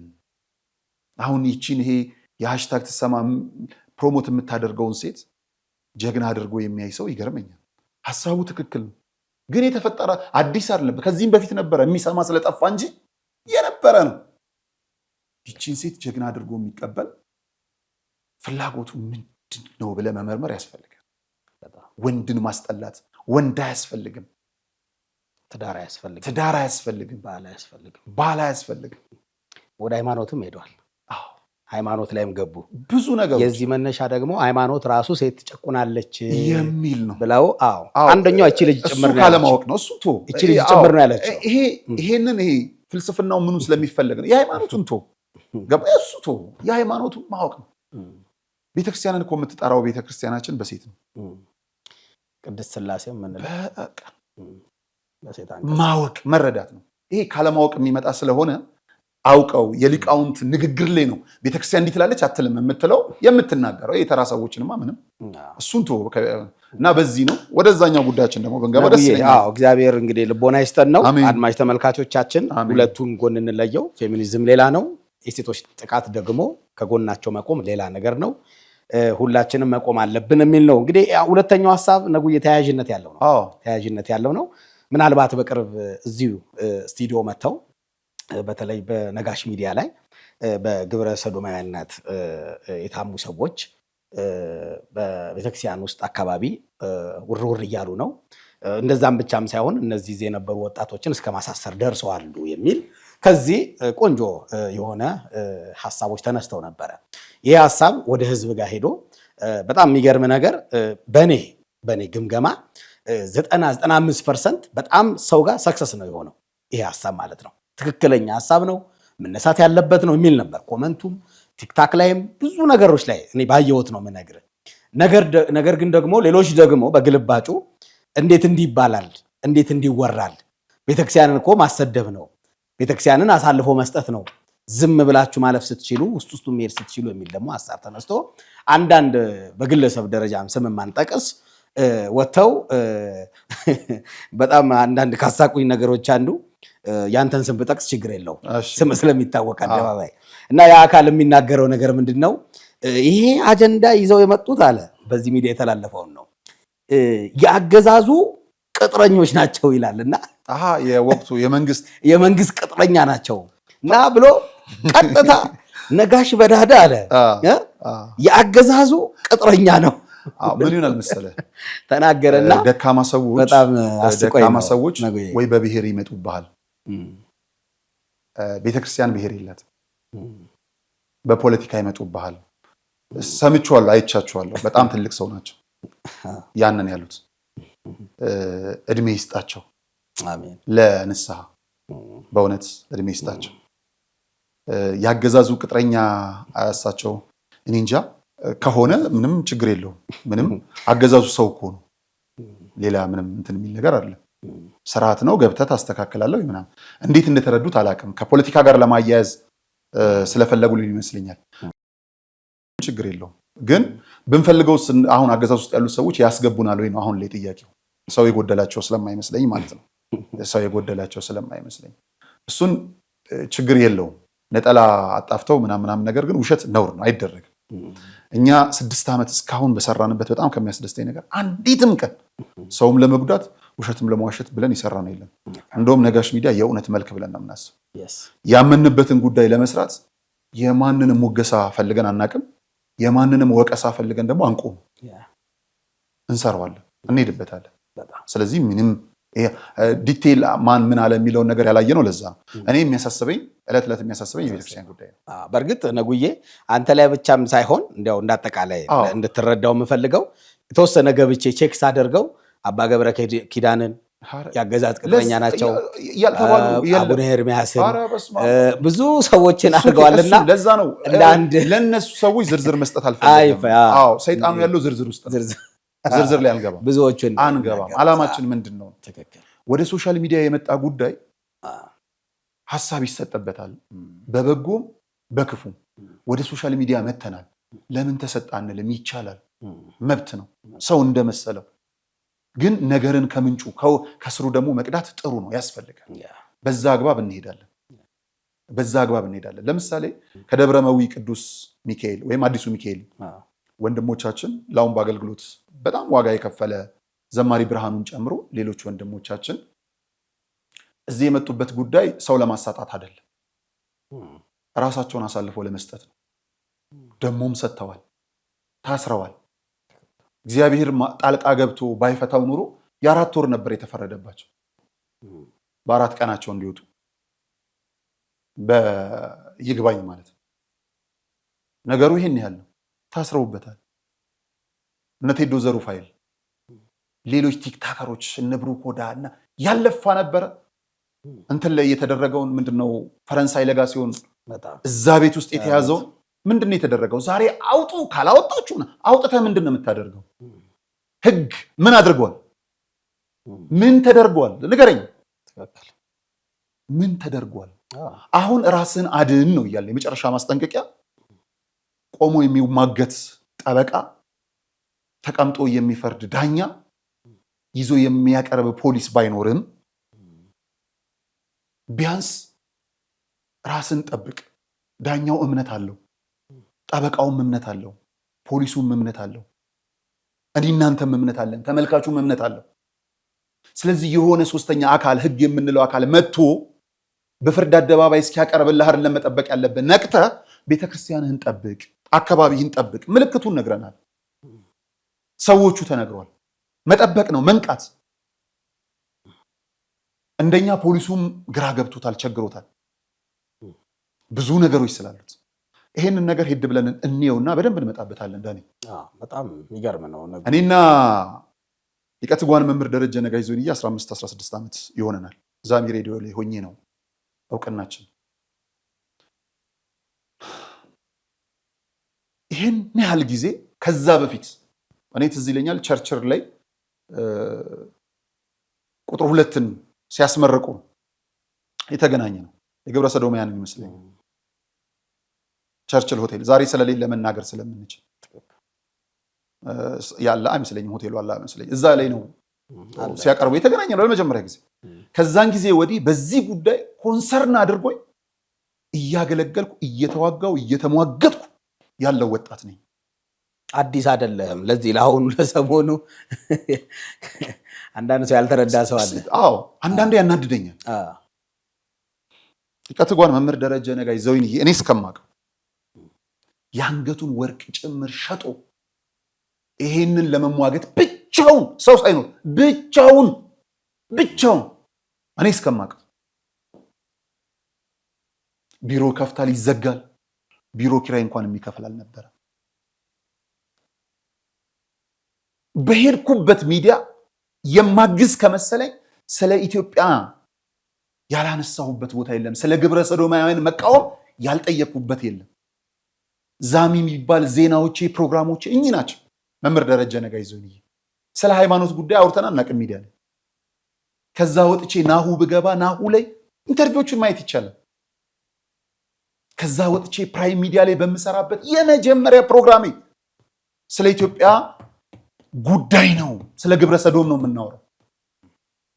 በሄድኩባቸው ሚዲያዎች እዚህ ማህበር ሚዲያ ብለን በምንሰራበት ጉዳይ ላይ አሁን ነጋሽ ሚዲያም ብለን በመጣንበት ጉዳይ ላይ ከዛ አልፎም 2005 ይመስለኛል አሮን ነው 2012 ነው ምናምን ነገር ስለ ኢትዮጵያ ዝም አንልም ትውልድን ከግብረ ሰዶም እንታደግ ማህበር በስብሰባ ማዕከል ሲከፈት ወይም ደግሞ ሲመሰረት የጠቅላላ ጉባኤው እኔ ነኝ ሰብሳቢው።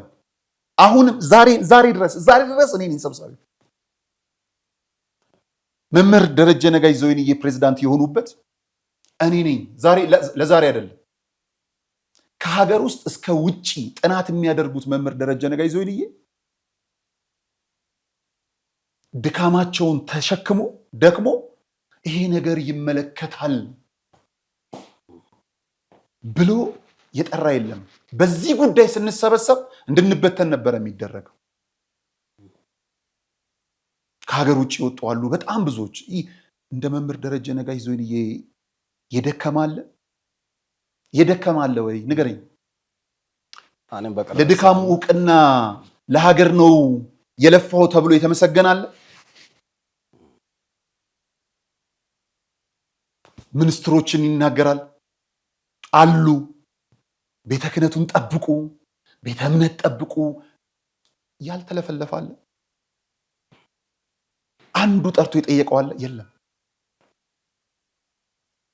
እሱን እኮ ባለመስማማታችን ነው ዛሬ እዚህ ችግር ውስጥ የገባ ነው። ብንሰማው ኑሮ ብናግዘው ኑሮ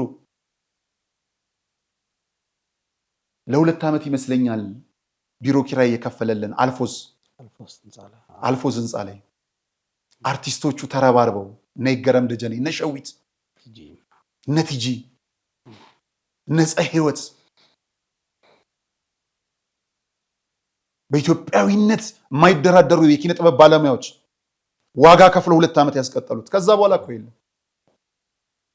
በየጊዜው ደግፉ እኮ ብሎ የሚጠይቀው መምህር ደረጀ ነጋሽ ዘወይንዬ ይሄ እንዳይመጣ ነው። የበኩላችንን አንድ ነገር ያላደረገን አሁን አፍጦ ከመጣ በኋላ ከመናገር አልፈው አምጥተው አነጋግረው ተው ብለው የመከሩ ወንድሞች እስር ቤት ነው የገቡት። ነገኛ ጋር ምንድን ነው ሊመጣ የሚችለው? ማን ነው ከኋላ ያለው? እኛ እግዚአብሔርን ተስፋ አድርገን ነው የምናወራው። እንደ ሚዲያ የደፈረ ባይሆንም እንደ ሚዲያ እኔ ደፍር ያለው፣ እንደ ወጣት ደግሞ የደብረ መዊ ቅዱስ ሚካኤል ልጆች ደፍረዋል። መረጃው እነሱ ጋር ያለው፣ ማስረጃው እነሱ ጋር ያለው፣ ጉዳዩን የሚከታተሉት እነሱ ናቸው። ያላቸውን መረጃ እየያዙ ደግሞ መዘጋት ከሆነ ቢዘጋ ምን ቢል ችግር የሌለብን እንደ ሚዲያ እኛ አለ። ደስ በሚል መልኩ ደግሞ ወንድማችን መምህር ዘመድኩንም ስጡን አሳልፉን ብሏል። የነጋሽ ሚዲያ ቢዘጋ ዘመድኩን አለ። የዘመድኩን ቢዘጋ ቴዶ አለ። ቴዶ ቢዘጋ ባሮክ አለ። ባሮክ ቢዘጋ ራሱ የመምህር ደረጀ ዘወይንዬ አለ። የመምህር ዘወይንዬ ቢዘጋ መምህር አብይ ይልማ ሳድስ አለ። መምህር አብይ ይልማ ቢዘጋበት ወርቅ አፈራው አለ። ወርቅ አፈራው ቢዘጋ ደይሰብን አለ። ተረዳ? ጩኸቱ እኮ ቃለ ቀርን ላይ ሆኖ ያለማቋረጥ እኮ መጀመሪያ ላይ ሲጮህ የነበረው አርአያ ነው ወንድማችን። ሳድስ እኮ እያለ ሳድስ ሲሰራ የነበረው ወንድማችን አራያ ሲጮህ የነበረው እኮ ለዚህ ነው። አሁን ቪዲዮን የማናሳየው አጥንት ውስጥ ስለማናስገባ ነው። ሆቴሎችን ጨምሮ በአዲስ አበባ ያሉትን እኮ ዘርዝሯል ወንድማችን አራያ መካሻው። ሆቴሎችን 1 2 3 እያለ ከየት አምጥቶ ነው ካልከኝ ኢንተርኔት ላይ ያለ ግባና ሰርች አድርገው። ሁሉም ፈትፈተ እንድናጎርስ አትፈልግ። እነዚሁ ሌዝቢያኖችና ጌዎች ወደ አዲስ አበባ ሲመጡ ምቹ ሆቴል ብለው በግሩፓቸው ውስጥ ሬት አድርገው እዚሁ አፍንጫ ከምንጣላባት አደባባይ ጀምሮ ከ1 እስከ 5 የተሰጣቸው ሆቴሎች ዝርዝር ቁጭ ብሏል። ያንን ሳድስ ላይ እኮ ወንድሜ አራያ ሲዘረዝር ነበር። ቲክቶክ ላይ ቪዲዮ ላይ አለ፣ እሱን እዩት። ሁሉን ኮትኩተን ምንድን ነው የተደረገው? ምን እንደ መምህር ደረጃ ይለፋል ይደከማል። ጮቱን ሰምታል። እነ ዶክተር አንቶኒዮስ በፕሮቴስታንት ቤት ሆነው ሲዋጉ ዶክተር አንቶኒዮስ ሁሌ ጸባቸው ያደር ኡስታዝ አቡበከር የጌዎች መስጊድ ሊመሰረት ነው ተብሎ በሚናገሩበት ጊዜ እኛ ወስደን የሃይማኖት አስመስለ ነው ስንጠባጠብ እንጂ ወደ ቤታችን የሚገባ ችግር ነው ብለን ተከላክለናል ወይ? ፕሮቴስታንቱ ቤት ጌዎች አሉ፣ ሙስሊሙ ጋር አሉ፣ ኦርቶዶክሱ ጋር አሉ የሚባል ለተራ ለፖለቲካ ሽኩቻ እንጂ የተጠቀምነው ይሄ ጉዳዩ የት ነው ብለን እናቁመው ብለን ተነስተናል። ሃሽታግ ትሰማከው ከሚባለው በላይ ይሄ ነው መምጣት የነበረበት። ይሄ ነው መምጣት ያለበት። ይሄ ነው መምጣት ያለበት። እስከሚችሉት ድረስ ይሄዳሉ። የደብረ መዊ ወጣቶች ሌሎችን እያደራጁ ነው። በሌላ ደብር ያሉ ወጣቶችን እያደራጁ ነው። የሚችሉት ደረጃ ይድረስ ይሄዳሉ። በራሳቸው በልካቸው አይቀርም። ለወንድሞቻችን ለነዘመድኩን ይሰጣሉ። አይቀርም። መስጠት እኮ አይቀርም። እስከዛስ የንስሐ ጊዜ ካለን መጨረሻ ማስጠንቀቂያ ያሉት። ሁለተኛ ለምን እንቸኩላለን? ከሱባኤ በኋላ እኮ እንገናኛለን ብለን ነበር አይደል? ከሱባኤ በኋላ እንገናኛለን ቀጠሮ ላይ ምን አስቸኩለን? አየ ነገርን ሰምተን እስከ ጥገት ስለማንሄድ ነው። ከሱባኤ በኋላ ምን እናደርጋለን ያለው? አዲስ አበባ ሀገረ ስብከት እንሄዳለን። የአዲስ አበባ ሀገረ ስብከት ሊቀ ጳጳስ ምላሽ ሊሰጡን ይገባል። ብፁዕ አባታችን ብፁዕ አቡነ ሕርያቆስ ያግዙናል። ጠቅላይ ስራ አስኪያጁ ነበር አይደል ስንል የነበረው። ግርግር ለሌባ ይመቻል ነው። የአዲስ አበባ ስራ አስኪያጅና ጠቅላይ ምንድነው እሱ ሊቀ ጳጳሱ ተነሱ። ለነዚህ ሰዎች የተመቸ ሊመስል ይችላል፣ ግን አንለቅም። ግርግር ለሌባ ይመቻል የሚለው እንዲህ እንዳሁኑ ተስማምተው አያውቅ። ለነዚህ ሰዎች የነብፁዕ አቡነ ሕርያቆስ መነሳት ሳምንት 15 ቀን ሊጠቅማቸው ይችል ይሆናል። ለምንድን ነው ነብፁዕ አቡነ ሕርያቆስን እንዲሁም ስራ አስኪያጁን ክቡር አባታችን የጠየቀን አባ ገብረ መድኅን ለምንድን ነው ብለን ስናስብ ቢያንስ በዚህ ጊዜያቶች ውስጥ ብዙ ቅጥር ፈጽመዋል። አስደንጋጭ ቅጥሮች በአዲስ አበባ ሀገረ ስብከት ተከናውኗል። በእነዚህ ቅጥር ውስጥ እነዚህ ሰዎች አሉበት የሚል ከወንድሞቻችን የመጣ ጥቆማ አለ። ያንን ጥቆማ አይታችሁታል ወይ አረጋግጣችሁታል ወይ ብለው እንዲጠይቁ ለማገናኘት እዚህ ላይ ምን ትላለ ሀገረ ስብከቱ ምን ይላል የሚለውን ደግሞ እኛ ኢንተርቪው ለማድረግ ነበረ ቀጠሮ ያዝነው። ሰይጣን ቀደመን ነው የምለው። ይቅርታ የአዲስ አበባ ሀገረ ስብከት መነሳት ሰይጣን ቀደመን ነው የምለው። ባይነሱ ጥሩ ነበር፣ ቢቆዩ ጥሩ ነበር፣ ቢሰነብቱ ጥሩ ነበር። ከሱባኤ በኋላ ነው አይደል ያልነው? አንድ ሳምንት ቀር። አዎ ይሄ ነው ያልተነገረ የለም። ምንድን ያደረግነው? በነገራችን ላይ ከሱባኤው አንድ ሳምንት በፊት በዚህ በሶሻል ሚዲያ ላይ የሚዘዋወረውን ጉዳይ አየሁትና የነ ብሬ ምስር ነበረ ቀድሞ። ከዛ በፊት ፍርድ ቤት እመላለስ ነበር እና ቲክቶክ ላይ ተቆርጦ የወንድሜ የአራያን ቪዲዮ አየሁት። ሳድስ ላይ እየሰራ በነበረበት ጊዜ ሙሉ መረጃ እኮ ነው ያጎረሳቸው። ሙሉ መረጃ። እንደሱ አይነት ጀግናን ሰው እኮ አቅርበህ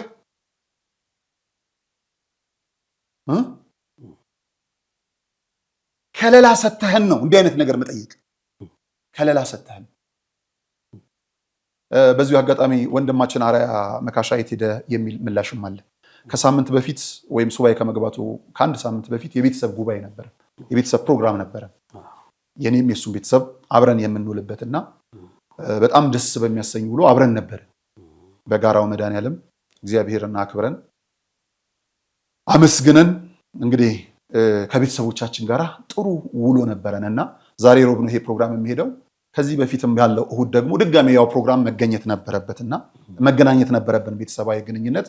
እሱ ግን ሱባኤ ላይ ስለነበረ አልተገናኘንም። ሱባኤ ላይ ነው። እኛም ሰሚነሽ ነበረን፣ አቋርጠን የመጣ ነው ለዚሁ ፕሮግራም ስንል አንዷን ሱባኤ ጨርሼ ነው የመጣሁት እንጂ ሱባኤ ላይ ነው የሚለውን ነገር በዛው ለመንገር ከሳምንቱ በፊት ደግሞ ሙሉን አንዱን ቀን አብረን እንደነበርንም ለዛውም ለመሳወቅ ነው የምፈልገው። እና እኛን ሲተቹ የነበሩ ሰዎች ብዙ አልደነቀኝም፣ ዳኒ አልደነቀኝም። ይሄ መረጃ ከተላለፈ በኋላ የተወሰኑ የደብረ አለቆች አግኝተውናል። ስፔሻሊ እኔን አግኝቶኛል በግል በርቱ፣ አይዟችሁ፣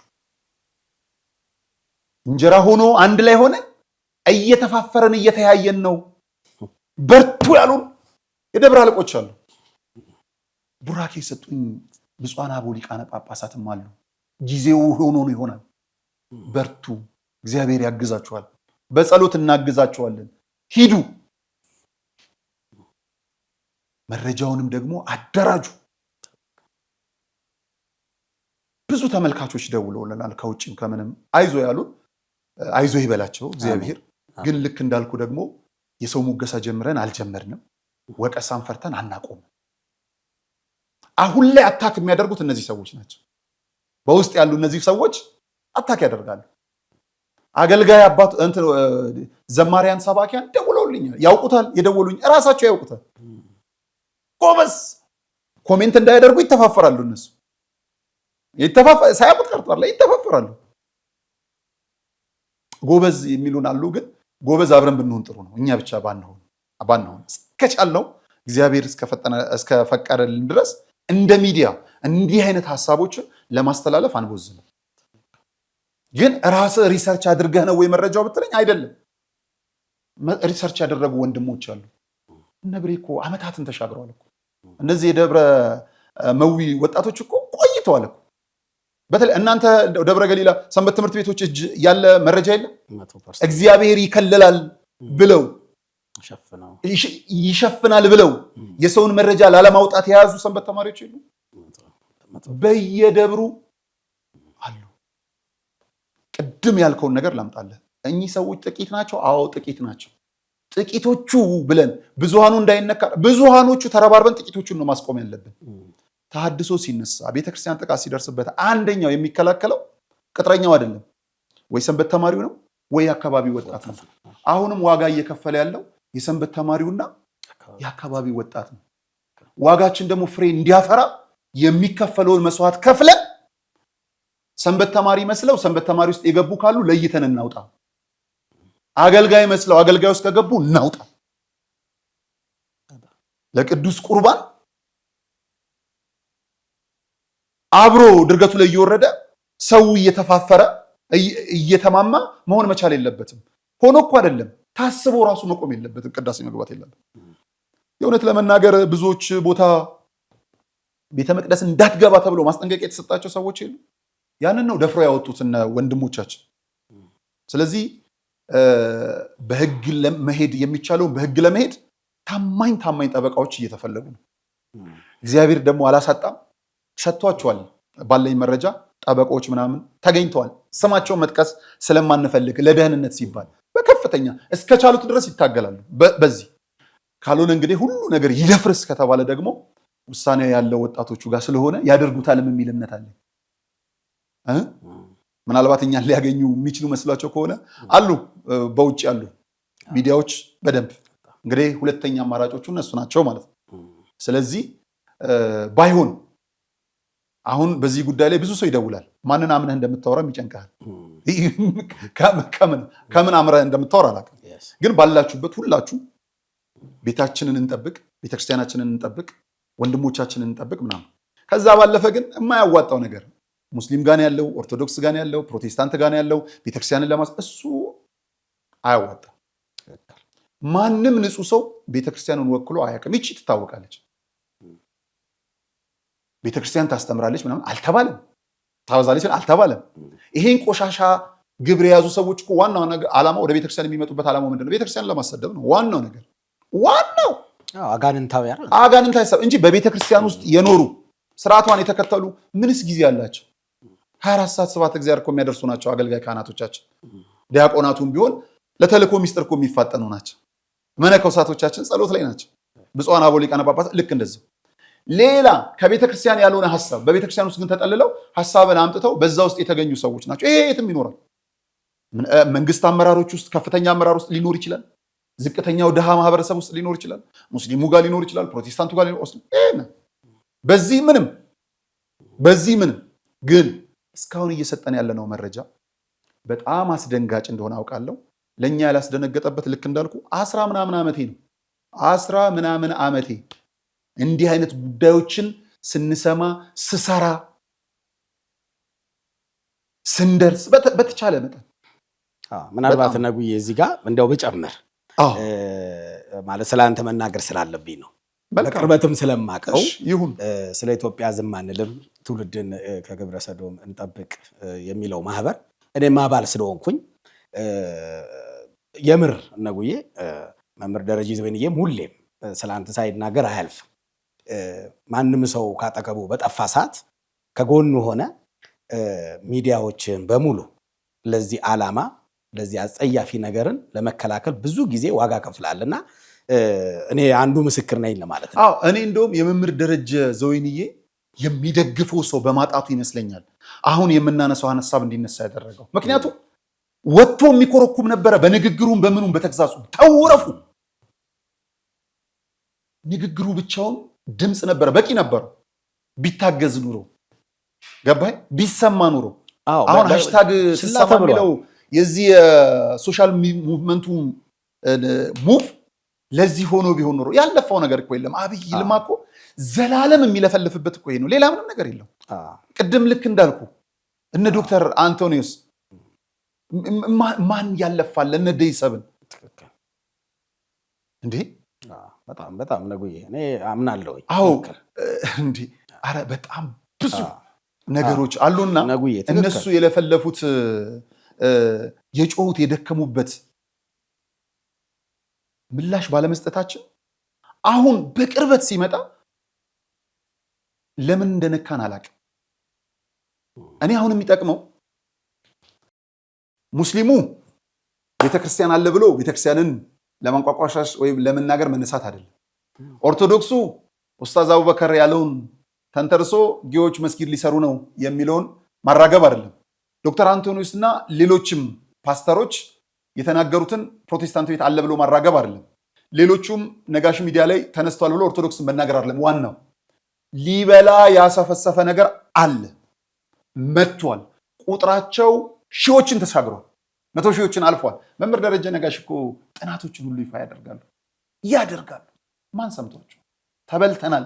ትምህርት ቤቶቻችን ላይ በሚዲያም በምን በታዋቂ ሰዎች እያየን ነው።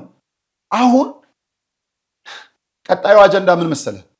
የሚያስፈሩኝ ነገሮች ወደ አንድ ቦታ ይሄዳሉ።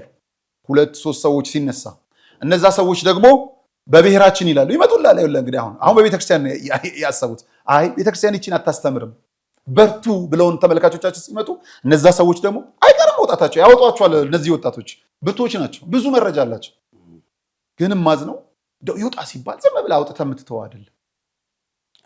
በነገራችን ላይ ሰው ከስልጣን ከገንዘብ ከምን በቤተ እምነት ብትመጣ ቤተ እምነት ላይ ትልልቅ ደረጃ ላይ ያሉ ሰዎችን የሚይዙ፣ በዓለማዊ በስልጣን ብትመጣ ስልጣን ላይ ያሉ ትልልቅ ሰዎችን የሚይዙ፣ በታዋቂ ሰዎች ብትመጣ በብዙ ነገር የደረጁ ናቸው። እንዲሁ ዝም ብለህ በአደባባይ የሚመጣ አይደለም እና እንደ ነጋሽ ሚዲያ ማንንም ሙገሳ ፈልገን አልጀመርንም። ወቀሳ ፈርተንም አናቆምም፣ እንቀጥላለን። መረጃዎችን እያደራጁ በዚህ ጊዜ መግለጫ መስጠት እንፈልጋለን ሲሉ ወጣቶቹ ነጋሽ ሚዲያ ክፍት ነው። አሁን ይሄዳል፣ ይቀጥላል። ገባህ አይደል?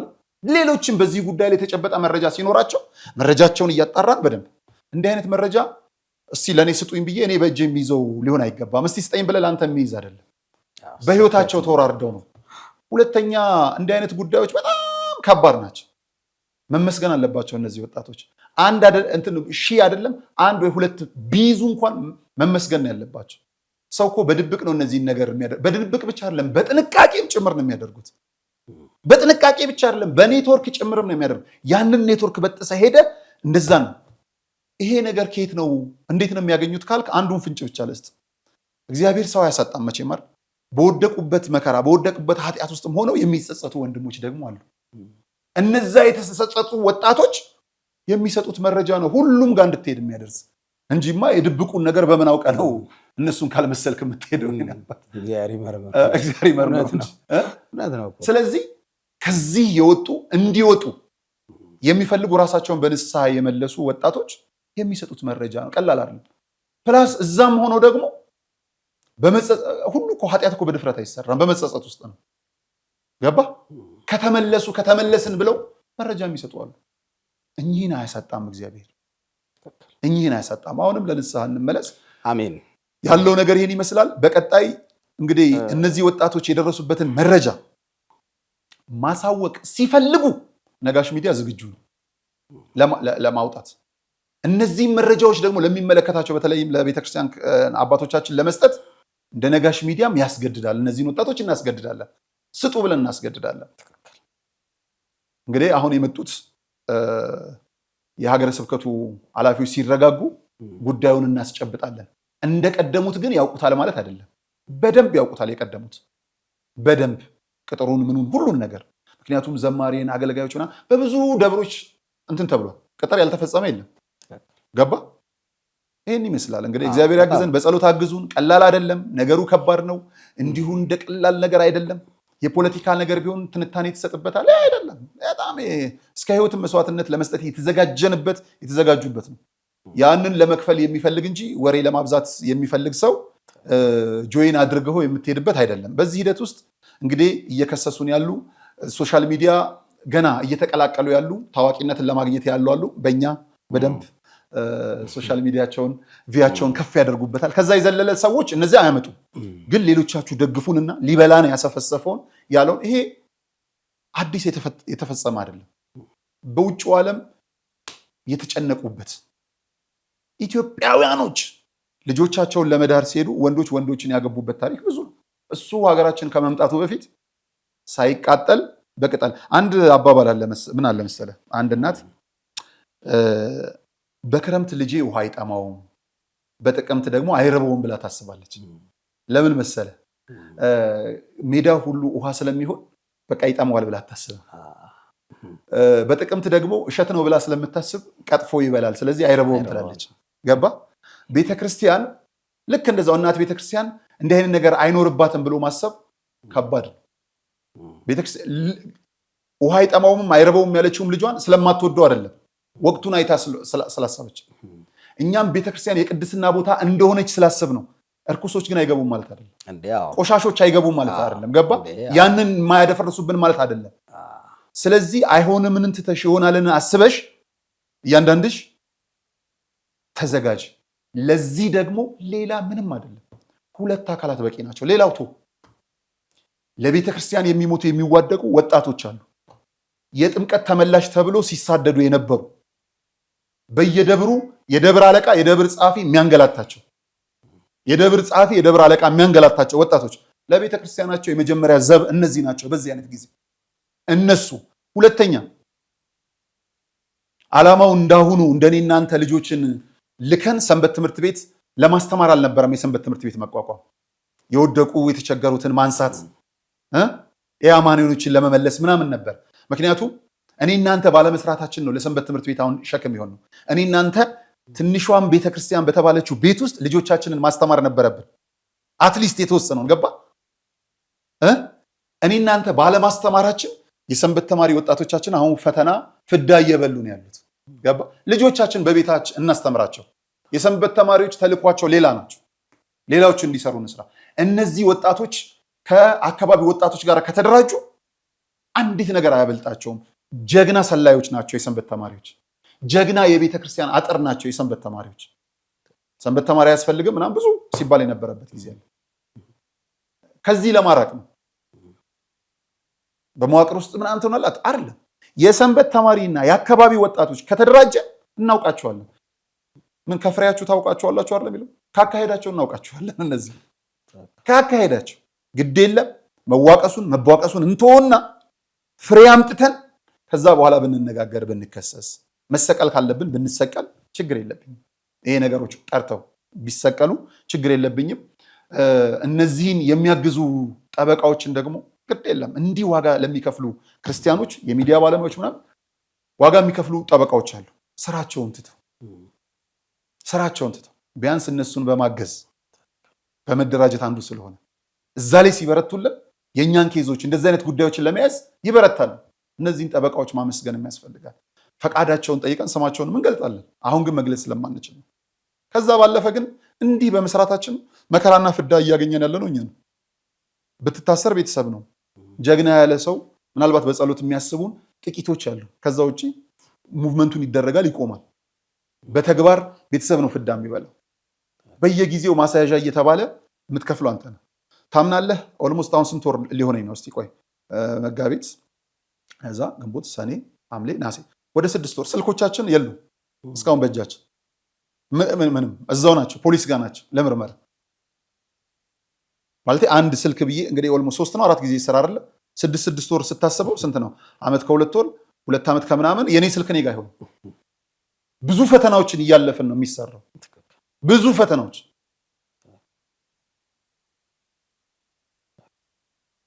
እና እንደው ሶሻል ሚዲያ ላይ ስለሰማ ነገሩን የምታውቃለውና እንትን አይደለም። ለደብረ መዊ ቅዱስ ሚካኤል ወጣቶች ክብር ምስጋና ይገባል። አሁንም መረጃቸውን አደራጅተው በዚህ ጊዜ መውጣት አለብን ሲሉ ነጋሽ ሚዲያ ነው ተቀዳሚ ምርጫቸው። እናመጣለን። የደረሰ ብለንም ደግሞ እንከታተላለን። በጣም ይሄንን ጉዳይ ደግሞ ከነሱም በፊት ቀድመን ደግሞ ሌሎች የሚመለከታቸው እንሄዳለን። ግን መጨረሻ ማጠቃላይ የምፈልገው በዚህ ጉዳይ ላይ እየደከሙ የነበሩትን በግንባር ቀደምትነት ሊቀ ትጉሃን መምህር ደረጀ ነጋሽ ዘይንዬ፣ ዶክተር ስዩም አንቶኒዮስ፣ ከምንም በላይ ዛሬም ድረስ እየሞተ ያለው ሳድስ መምህር ጋዜጠኛ አብይ ይልማን፣ ወርቅ አፈራው፣ ደይሰብን ልታመሰግኗቸው ይገባል። ልናመሰግናቸውም ይገባል። ደፍረው ወደ ሚዲያ ደግሞ በመምጣት ቤተ እምነት ይነካል ሳይሆን እምነታችንን የሚሸረሽር ነገር ሊመጣ ነው ብለው ይህንን ያጋለጡ የፕሮቴስታንት ፓስተሮች ኡስታዝ አቡበከር እኛ ጋር ቀርበው እውነቷን የገለጡትን የደብረ መዊ ቅዱስ ሚካኤል ወጣቶችን እውቅና መስጠት ያስፈልጋል። መንፈግ አይጠበቅብንም እና ነገሩ አለ። ከባድ ነው። እንበርታ፣ እንወጣዋለን። አንድ በዓለም ላይ ብቸኛው ግብረ ሰዶምን የሚቃወመው ስለ ኢትዮጵያ ዝም አንልም ትውልድን ከግብረ ሰዶም እንታደግ ማህበር ነው። የተቃወምክ ሁሉ መታ አባሉንና ጥናቱን የት እንደሚገኙ ምን እንደሚያደርጉ ምን እንደሚሆኑ ከሊቀ ትጉሃን መምህር ደረጀ ነጋሽ ዘይንዬ አንደበት ስማ። ብሎ የሚዲያ ስራውን ሁሉ አብሮ ሲለፋ የነበረው ወንድማችን አርአያ መካሻ በዚህ ላይ ሌላኛው ዋጋ የሚሰጠው ወንድሜ ነው። ዛሬ ላይ ሱባኤ ነው። እግዚአብሔር ምናልባት ይሄንንም ሊሆን ይችላል ጸሎቱ አንዱ እግዚአብሔር ይስማን። ሁላችንንም መረጃዎችን በደንብ እንሄድበታለን። ማንንም እንትን ሙገሳ ፈልገን አልጀመርንም፣ ወቀሳ ፈርተንም አናቆምም ብለን ለሶስተኛ ጊዜ የምናገርበት ለዛ ነው። ይሄ የሀገር ጉዳይ ነው። ይሄ የትውልድ ጉዳይ ነው። የምንችለውን ያህል እንሞታለን። ደግሞ የብፁዓን አባቶቻችንን ቡራኬ አግኝተናል። የደብረ አለቆቻችንን ቀይ መንገድ ሁሉ አግኝተናል። በርቱ። አገልጋዮቹም ደግፈውናል። ስለሚያውቁት ነው። በጣም ነጉዬ፣ በጣም ትልቅ ምልከታ ነው። እንግዲህ አድማጭ ተመልካቾቻችን በደንብ አድርጎ ነገርን ክሊር ማድረግ ያስፈልጋል። ምናልባት በሚቀጥለው ደግሞ ፕሮግራሞቻችን እነዚህ ሀሳቦችን በደንብ አፍታተን ብንችል ወንድማችን ጋዜጠኛ መምህር አብይ ይልማንም ይዘነው መተን ቁጭ አድርገን ደግሞ በደንብ እናወራለን። ምናልባት ነጉዬ ይሄ ሚዲያ ማውራት ካልቻለ ቅድም እንዳልከው ስር ሰዷል ጉዳዩ፣ እንደ ቀልድ የሚታይ አይደለም። በጣም ስር ሰዷል። አሁን ለምን በሚዲያ ትናገራላችሁ? ሰው ወደ ቤተክርስቲያን እንዳይሄድ ነው እንደዚህ። ነገ የሙስሊሞቹ መተው እኛ መስጊድ እንደዚህ ያለ ቢሉ እዚህ ነጋሽ ሚዲያ ቁጭ ብለው አንድ ፕሮግራም ላይ አንድ ሙስሊም ሼክ ተደፍረው በጣም ሰሞኑን የተለቀቃል ማንሳት ይቻላል። ምን ያህል በጣም የኛ መነኩሴ ተደፍሮ ወለጋ ነው የት ነው አርሲ የት ነው በዛ ጊዜ ላይ ግድ የለም ነገሮቹን አናምታታቸው አለ በደንብ። ሁለተኛ እንደውም አመጣህልኝ ትንሽዬ ነገር በነገራችን ላይ የዛሬ 10 ምናምን ዓመት በምሰራበት ሬዲዮ ጣቢያ ላይ የአለቃዬ ምን ይለኝ ነበር? ኖ እንዲህ አይነት ነገር ዜናዎችን ተው ይለናል። ለምን ይባባሳል ይለን ነበር። ሚዲያዎች ይባባሳል ነበር። ተባብሶ መጥቷል። አሁን ተባብሶ መጥቷል። ይሄ ጉዳዩ ማባባስ ነው ማለት መደበቅ ነው። ይፈልጉታል እነዚህ ሰዎች እነዚህ አይነት ነገር አጀንዳ። ሌላው ዳንያው ለመጨረሻ ጊዜ እኛ ኳሱን ወርውረናል። ተጫዋቹ አሁን ህዝቡ ኳሱን ጠልዘናል። በሚዲያው ደፍረን ወተናል ብዬ አልናገርም። ደፍረው የወጡ እንደነ መምህር ደረጀ ዘወይንዬ የሚቀድም የለም። ደፍረው በመውጣት እንደነ መምህር አብይን የሚቀድም የለም። ደፍረው በመውጣት እነ ወርቅ አፈራውን እነ ቴዶ ዘሩፋይልን የሚደርስ የለም። እኔ ማህበር ሚዲያ እያለው ነገርኩ። በሶሻል ሚዲያ ሳልመጣ እንኳን ሳድስ ላይ እያለ አራያን የሚቀድመው የለም። እነዚህ ምስክር ሆኖ ነው የመጡት። እኛ ጋር ልዩ የሆነው አገልጋዮች፣ ወጣቶች ይሄ አለ ብለው ምስክር ሆኖ ስለመጡ ነው የተጋነነው። እሱ ብቻ አይደለም ታስረዋል። ያን በማጋለጣቸው የታሰሩበት በራሱ እኮ ቢመረመር ከባድ ነው። ቤተ ክህነቱ ይመርምረው መልሱ። የታሰሩበት ምክንያት ይመርመር። እንግዲህ ከዚህ በላይ ፈትፍቶ ማጉረስ ያለ አይመስለኝም። እስከምንችለው አቅርበናል። ነጉዬ በጣም ጥሩ ከዚህ ሐሳብ ነው። እኛም መታሰር ያለ ምክንያት መታሰር ስለሌለብን ገባል አይደለ? ቀጥለን ብዙ መስራት እያለብን ለምን እንቆማለን? ስም መጥራት እኮ ነው የቀረን። ያልጠራንበት ረጅም መጓዝ ስለምንፈልግ ነው። እንጨርሰው ሰዓታችን። በጣም ጥሩ ነጉዬ፣ በጣም ነው እንግዲህ ቆንጆ ሐሳብ የሰጠን። በሚቀጥለው ደግሞ ይሄን ሐሳብ ከስር እናስኬደዋለን። ምናልባት አድማጭ ተመልካቾቻችን እናንተም ኮመንት ስጡበት፣ ሐሳብ ስጡበት። በስተመጨረሻ አንድ ነገር ብዬ ፕሮግራሙ ልጠቅልለው። ማቴዎስ 24 ላይ እንዲህ የሚል ቃል አለ። የጥፋት ርኩሰት በተቀደሰው ስፍራ ቆሞ ስታዩ ያኔ አንባቢ ያስተውል ይላል። በተቀደሰው ስፍራ የጥፋት ርኩሰት ስራ ሲሰራ አንዱ ይሄ ነው እየተሰራ ያለው፣ ግን አንባቢው ያስተውል ነው የሚለው። ስለዚህ በሚዲያ መናገራችን ሰውን ማንቃት፣ ሰውን እንዲማለ ብሎ ንቃተ ህሊና ውስጥ እንዲገባ፣ በኑሮ ውድነቱ በብዙ ነገር ሰው ስለተያዘ ብዙ ነገር ትኩረት አያደርግምና እንደ ነጋሽ ሚዲያ ይሄንን ነገር አምጥቶ ወደ ህዝብ ጋር የወሰደበት ምክንያት ሰው እንዲነቃ ነው እንጂ የማንንም ኃጢአት ለማውጣት የማንንም በደል ለመናገር አይደለም። ደግሞም በዚህ ህይወት ውስጥ ያሉ ሰዎች እግዚአብሔር ይመስገን በንስሐ ውስጥ ህይወት ቀኑና ወስደው ደግሞ ያሉ ሰዎች አሉ። ያም ደግሞ ታሳቢነት መደረግ አለበት። ምናልባት መረጃ ይወጣ የሚል ሰው ዝም ብሎ የሰው ፕራይቬት ዘሎ አይወጣም። ይሄ ጥንቃቄ ይፈልጋል። ከስር የሚያባብሱት እነዚህ ያሉበት ሰዎች ሼም ለማስያዝ ምን እያደረጉ ነው መሰለ? በንስሐ ህይወት የተመለሱትን እነሱን ጭምር ማንነታቸው ይገለጽልን ወደሚል ሁሉ ይመጣሉ። አያላ የከፋታቸው ከፋት ሁለተኛ ሰው እግዚአብሔር ይቅር ያለውን እኛ ኃጢአታቸውን እንድናነሳ እዛ ውስጥ አንገባ። ሰው እንዲለወጥ ነው። እነዚህን ግን እስከምንችለው እናሳድዳቸዋለን። በቃ እንሄዳለን። እናመሰግናለን። አድማጭ ተመልካቾቻችን እንግዲህ ወቅታዊ ጉዳያችን የሳምንታዊ ይህንን ይመስላል። በሚቀጥለው ሳምንት በሌላ ሀሳብ በሌላ አጀንዳ ደግሞ እንገናኛለን። እግዚአብሔር ሱባኤውን የሰላም የፍቅር አድርጎልን በሚቀጥለው ሳምንት ሁላችንም የዛ ሰው የዛ ጊዜ ሰው ይበለን። ነጉዬ እናመሰግናለን። እግዚአብሔር ይስጥልን። አሜን።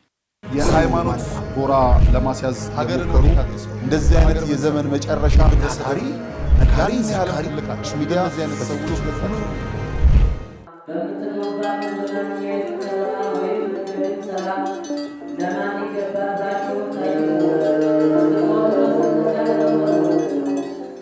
የሐዋርያቱን ጾም ማሳረጊያ በመብላት መጠጣት ብቻ እንዳናሳልፈው የእመቤታችንን ስደቷን መቀበያም ቢሆን ምጽዋት በመላክ ከሙት አንሳ ማር ቅዱስ ሚካኤል አንድነት ገዳም መነኮሳት ጋር አብረን ለምን በረከት አንካፈልም? የተዋህዶ ልጆች የገዳም አባቶቻችን ጩኸት ሊያበቃ ከችግራቸው ሊላቀቁ የጨለመው ሊነጋ ሲል ደግሞ ክረምቱ መጥቶ ገዳማውያኑን ፈትኖብናልና አባቶቻችንን ከክረምቱ ጎርፍና ፈተና ኑ እንታደጋቸው። ዛሬም እንደ ትላንቱ ለጥቂት ጊዜያት ብቻ የሚቆይ ድጋፎን ለሙታንሳ ማር ቅዱስ ሚካኤል አንድነት ገዳም ይላኩ።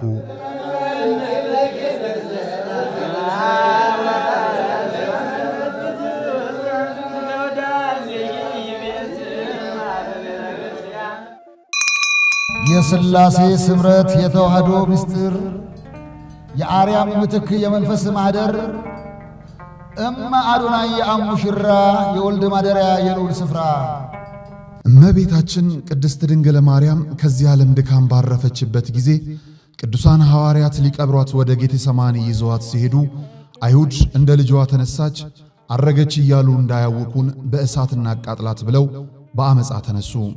ታውፋንያ የሚባል አይሁዳዊም አጎበሩን ይዞ ሊያወርዷት ሲል የእግዚአብሔር መላእክት ሁለት እጆቹን ቀጠውታል።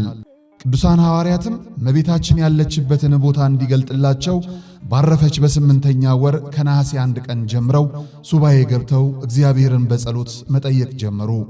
እርሱን አብነት በማድረግ የእመቤታችንን ዕረፍት ብሎም እርገቷን ለማሰብ የሰማዩን ደመና ጠቅሳችሁ የምድሩን ባህር ከፍላችሁ የወቅቱን ችግር ጥሳችሁ ለሱባኤ ወደ ገዳም መምጣት ባትችሉም ባላችሁበት ሆናችሁ በገዳም ሆነው ዘወትር በጸሎት ለሚያስቧችሁ የአንጎለላህ ጽርሐ አርያም ሰሚነሽ ኪዳነ ምሕረት ገዳም መባ ስጦታችሁን ለመላክ ከታች ያሉ የባንክ አካውንቶችን ተጠቀሙ። ዜኒ ወዘልፈኒ ወለዓለመ አሜን።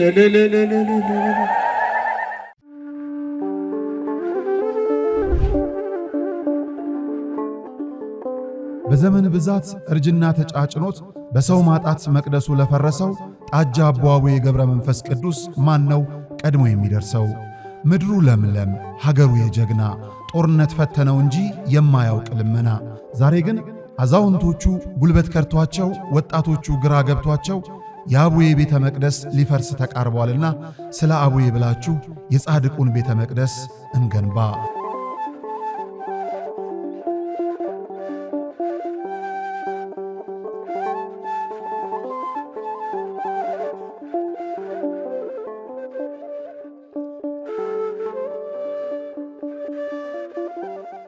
የሃይማኖት ጎራ ለማስያዝ ሀገር ነው። እንደዚህ አይነት የዘመን መጨረሻ ነጋሪ ሚዲያ